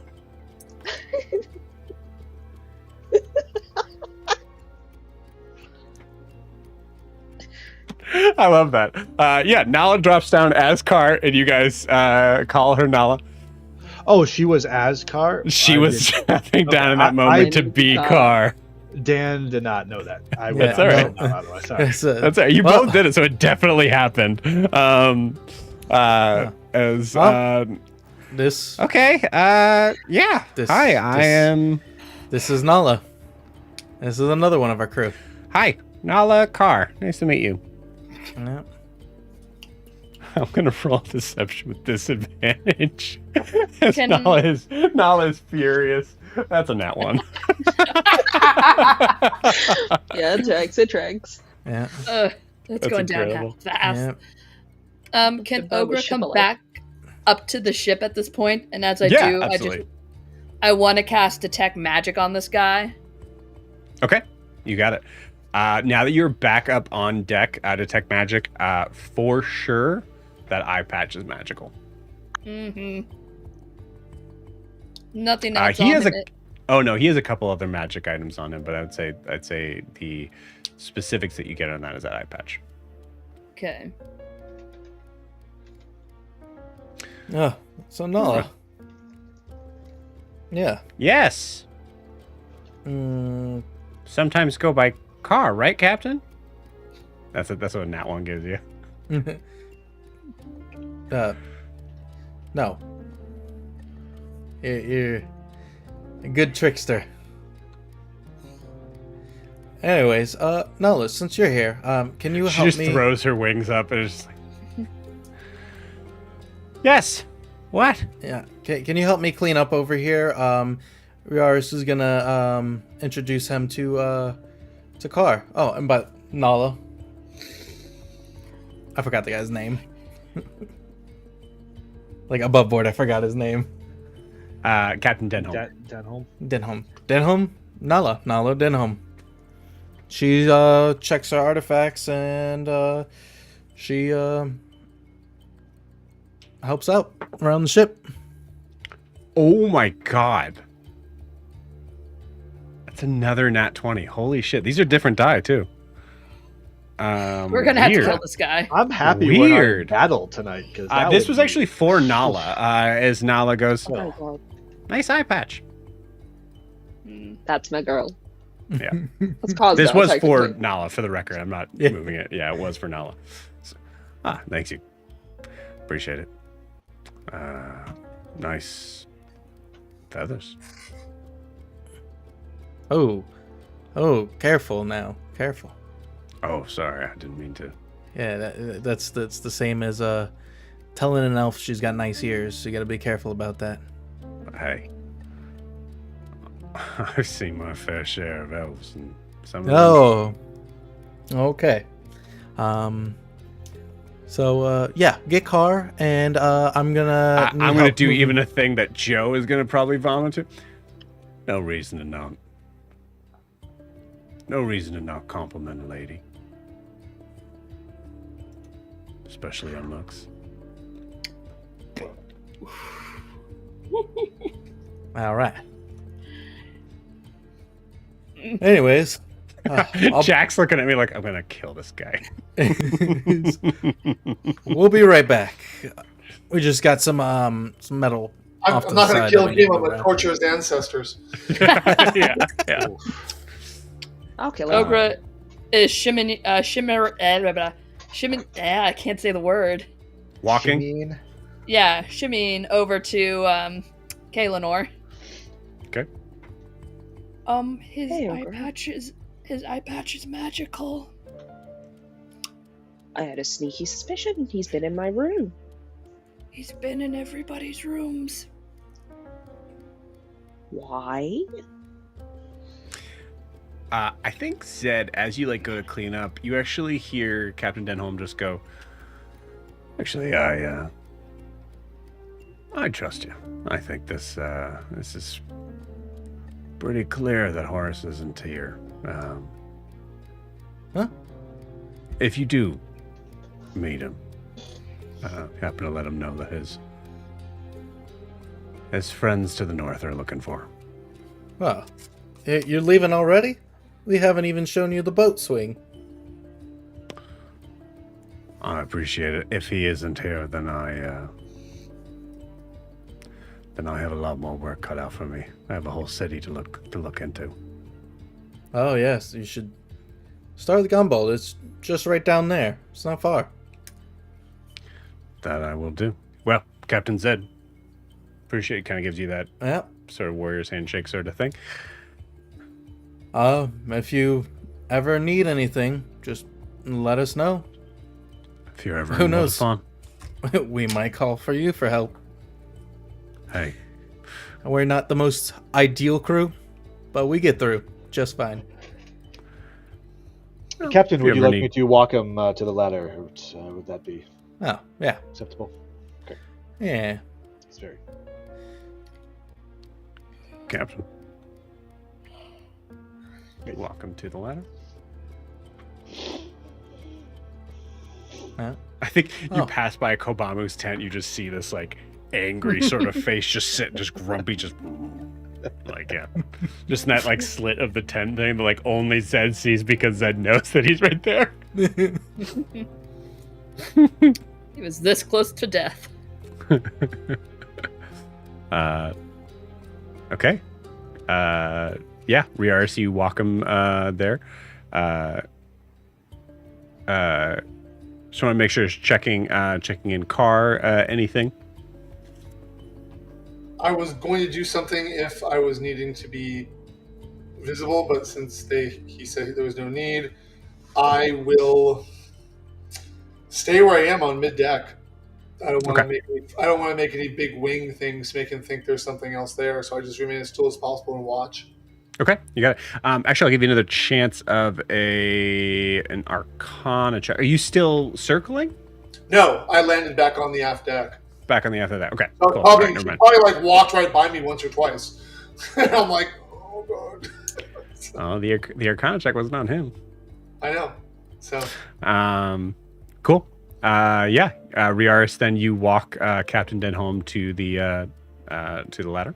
once he's away from me, I will go back to the vulture's roost.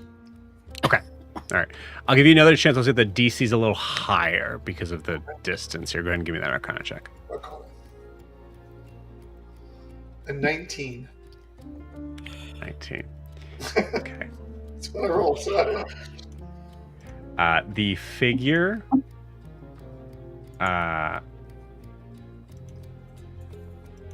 The figure at the bow of the deck Does not seem to be very interesting to you in appearance at all, besides seeming, having the blue skin, like sort of like elf-like ears.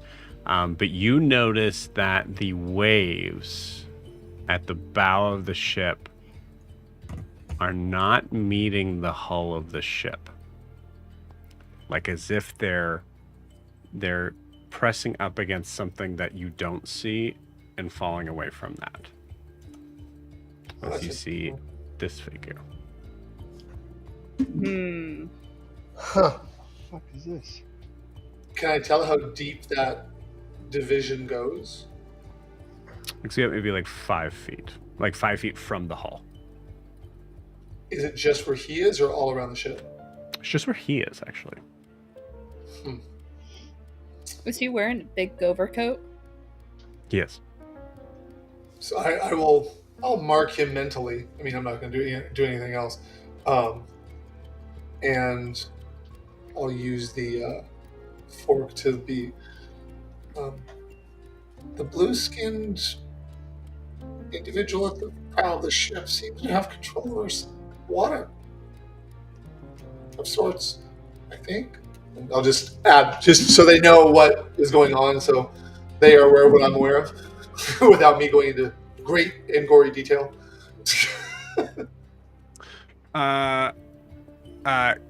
Car, give me a religion check. Okay.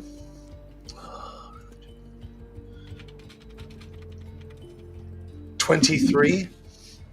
Holy shit, cool. I'm gonna send Jack something. Okay. You're hitting all my good stats today, Joe. I know, for real. Hey, that 27. It's beautiful. I cannot remember this.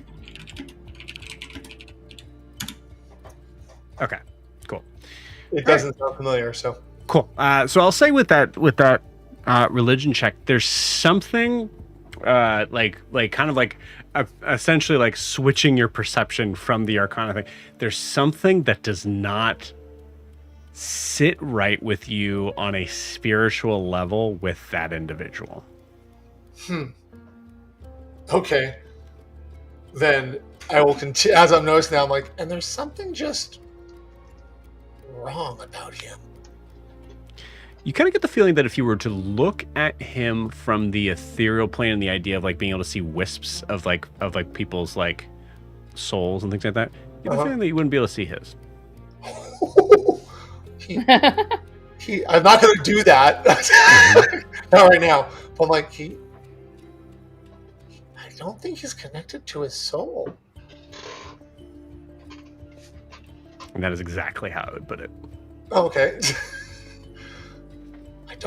That's not right.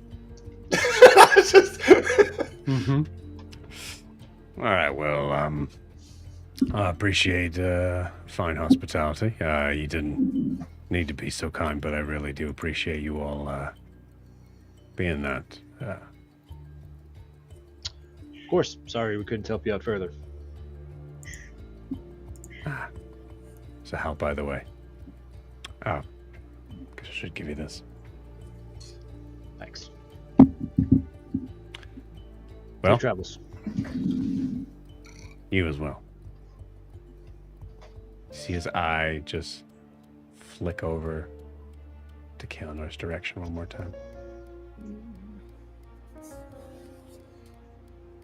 Gives one final nod and heads down the ladder towards his ship. And with that, we'll end tonight's session. We'll see you guys next week.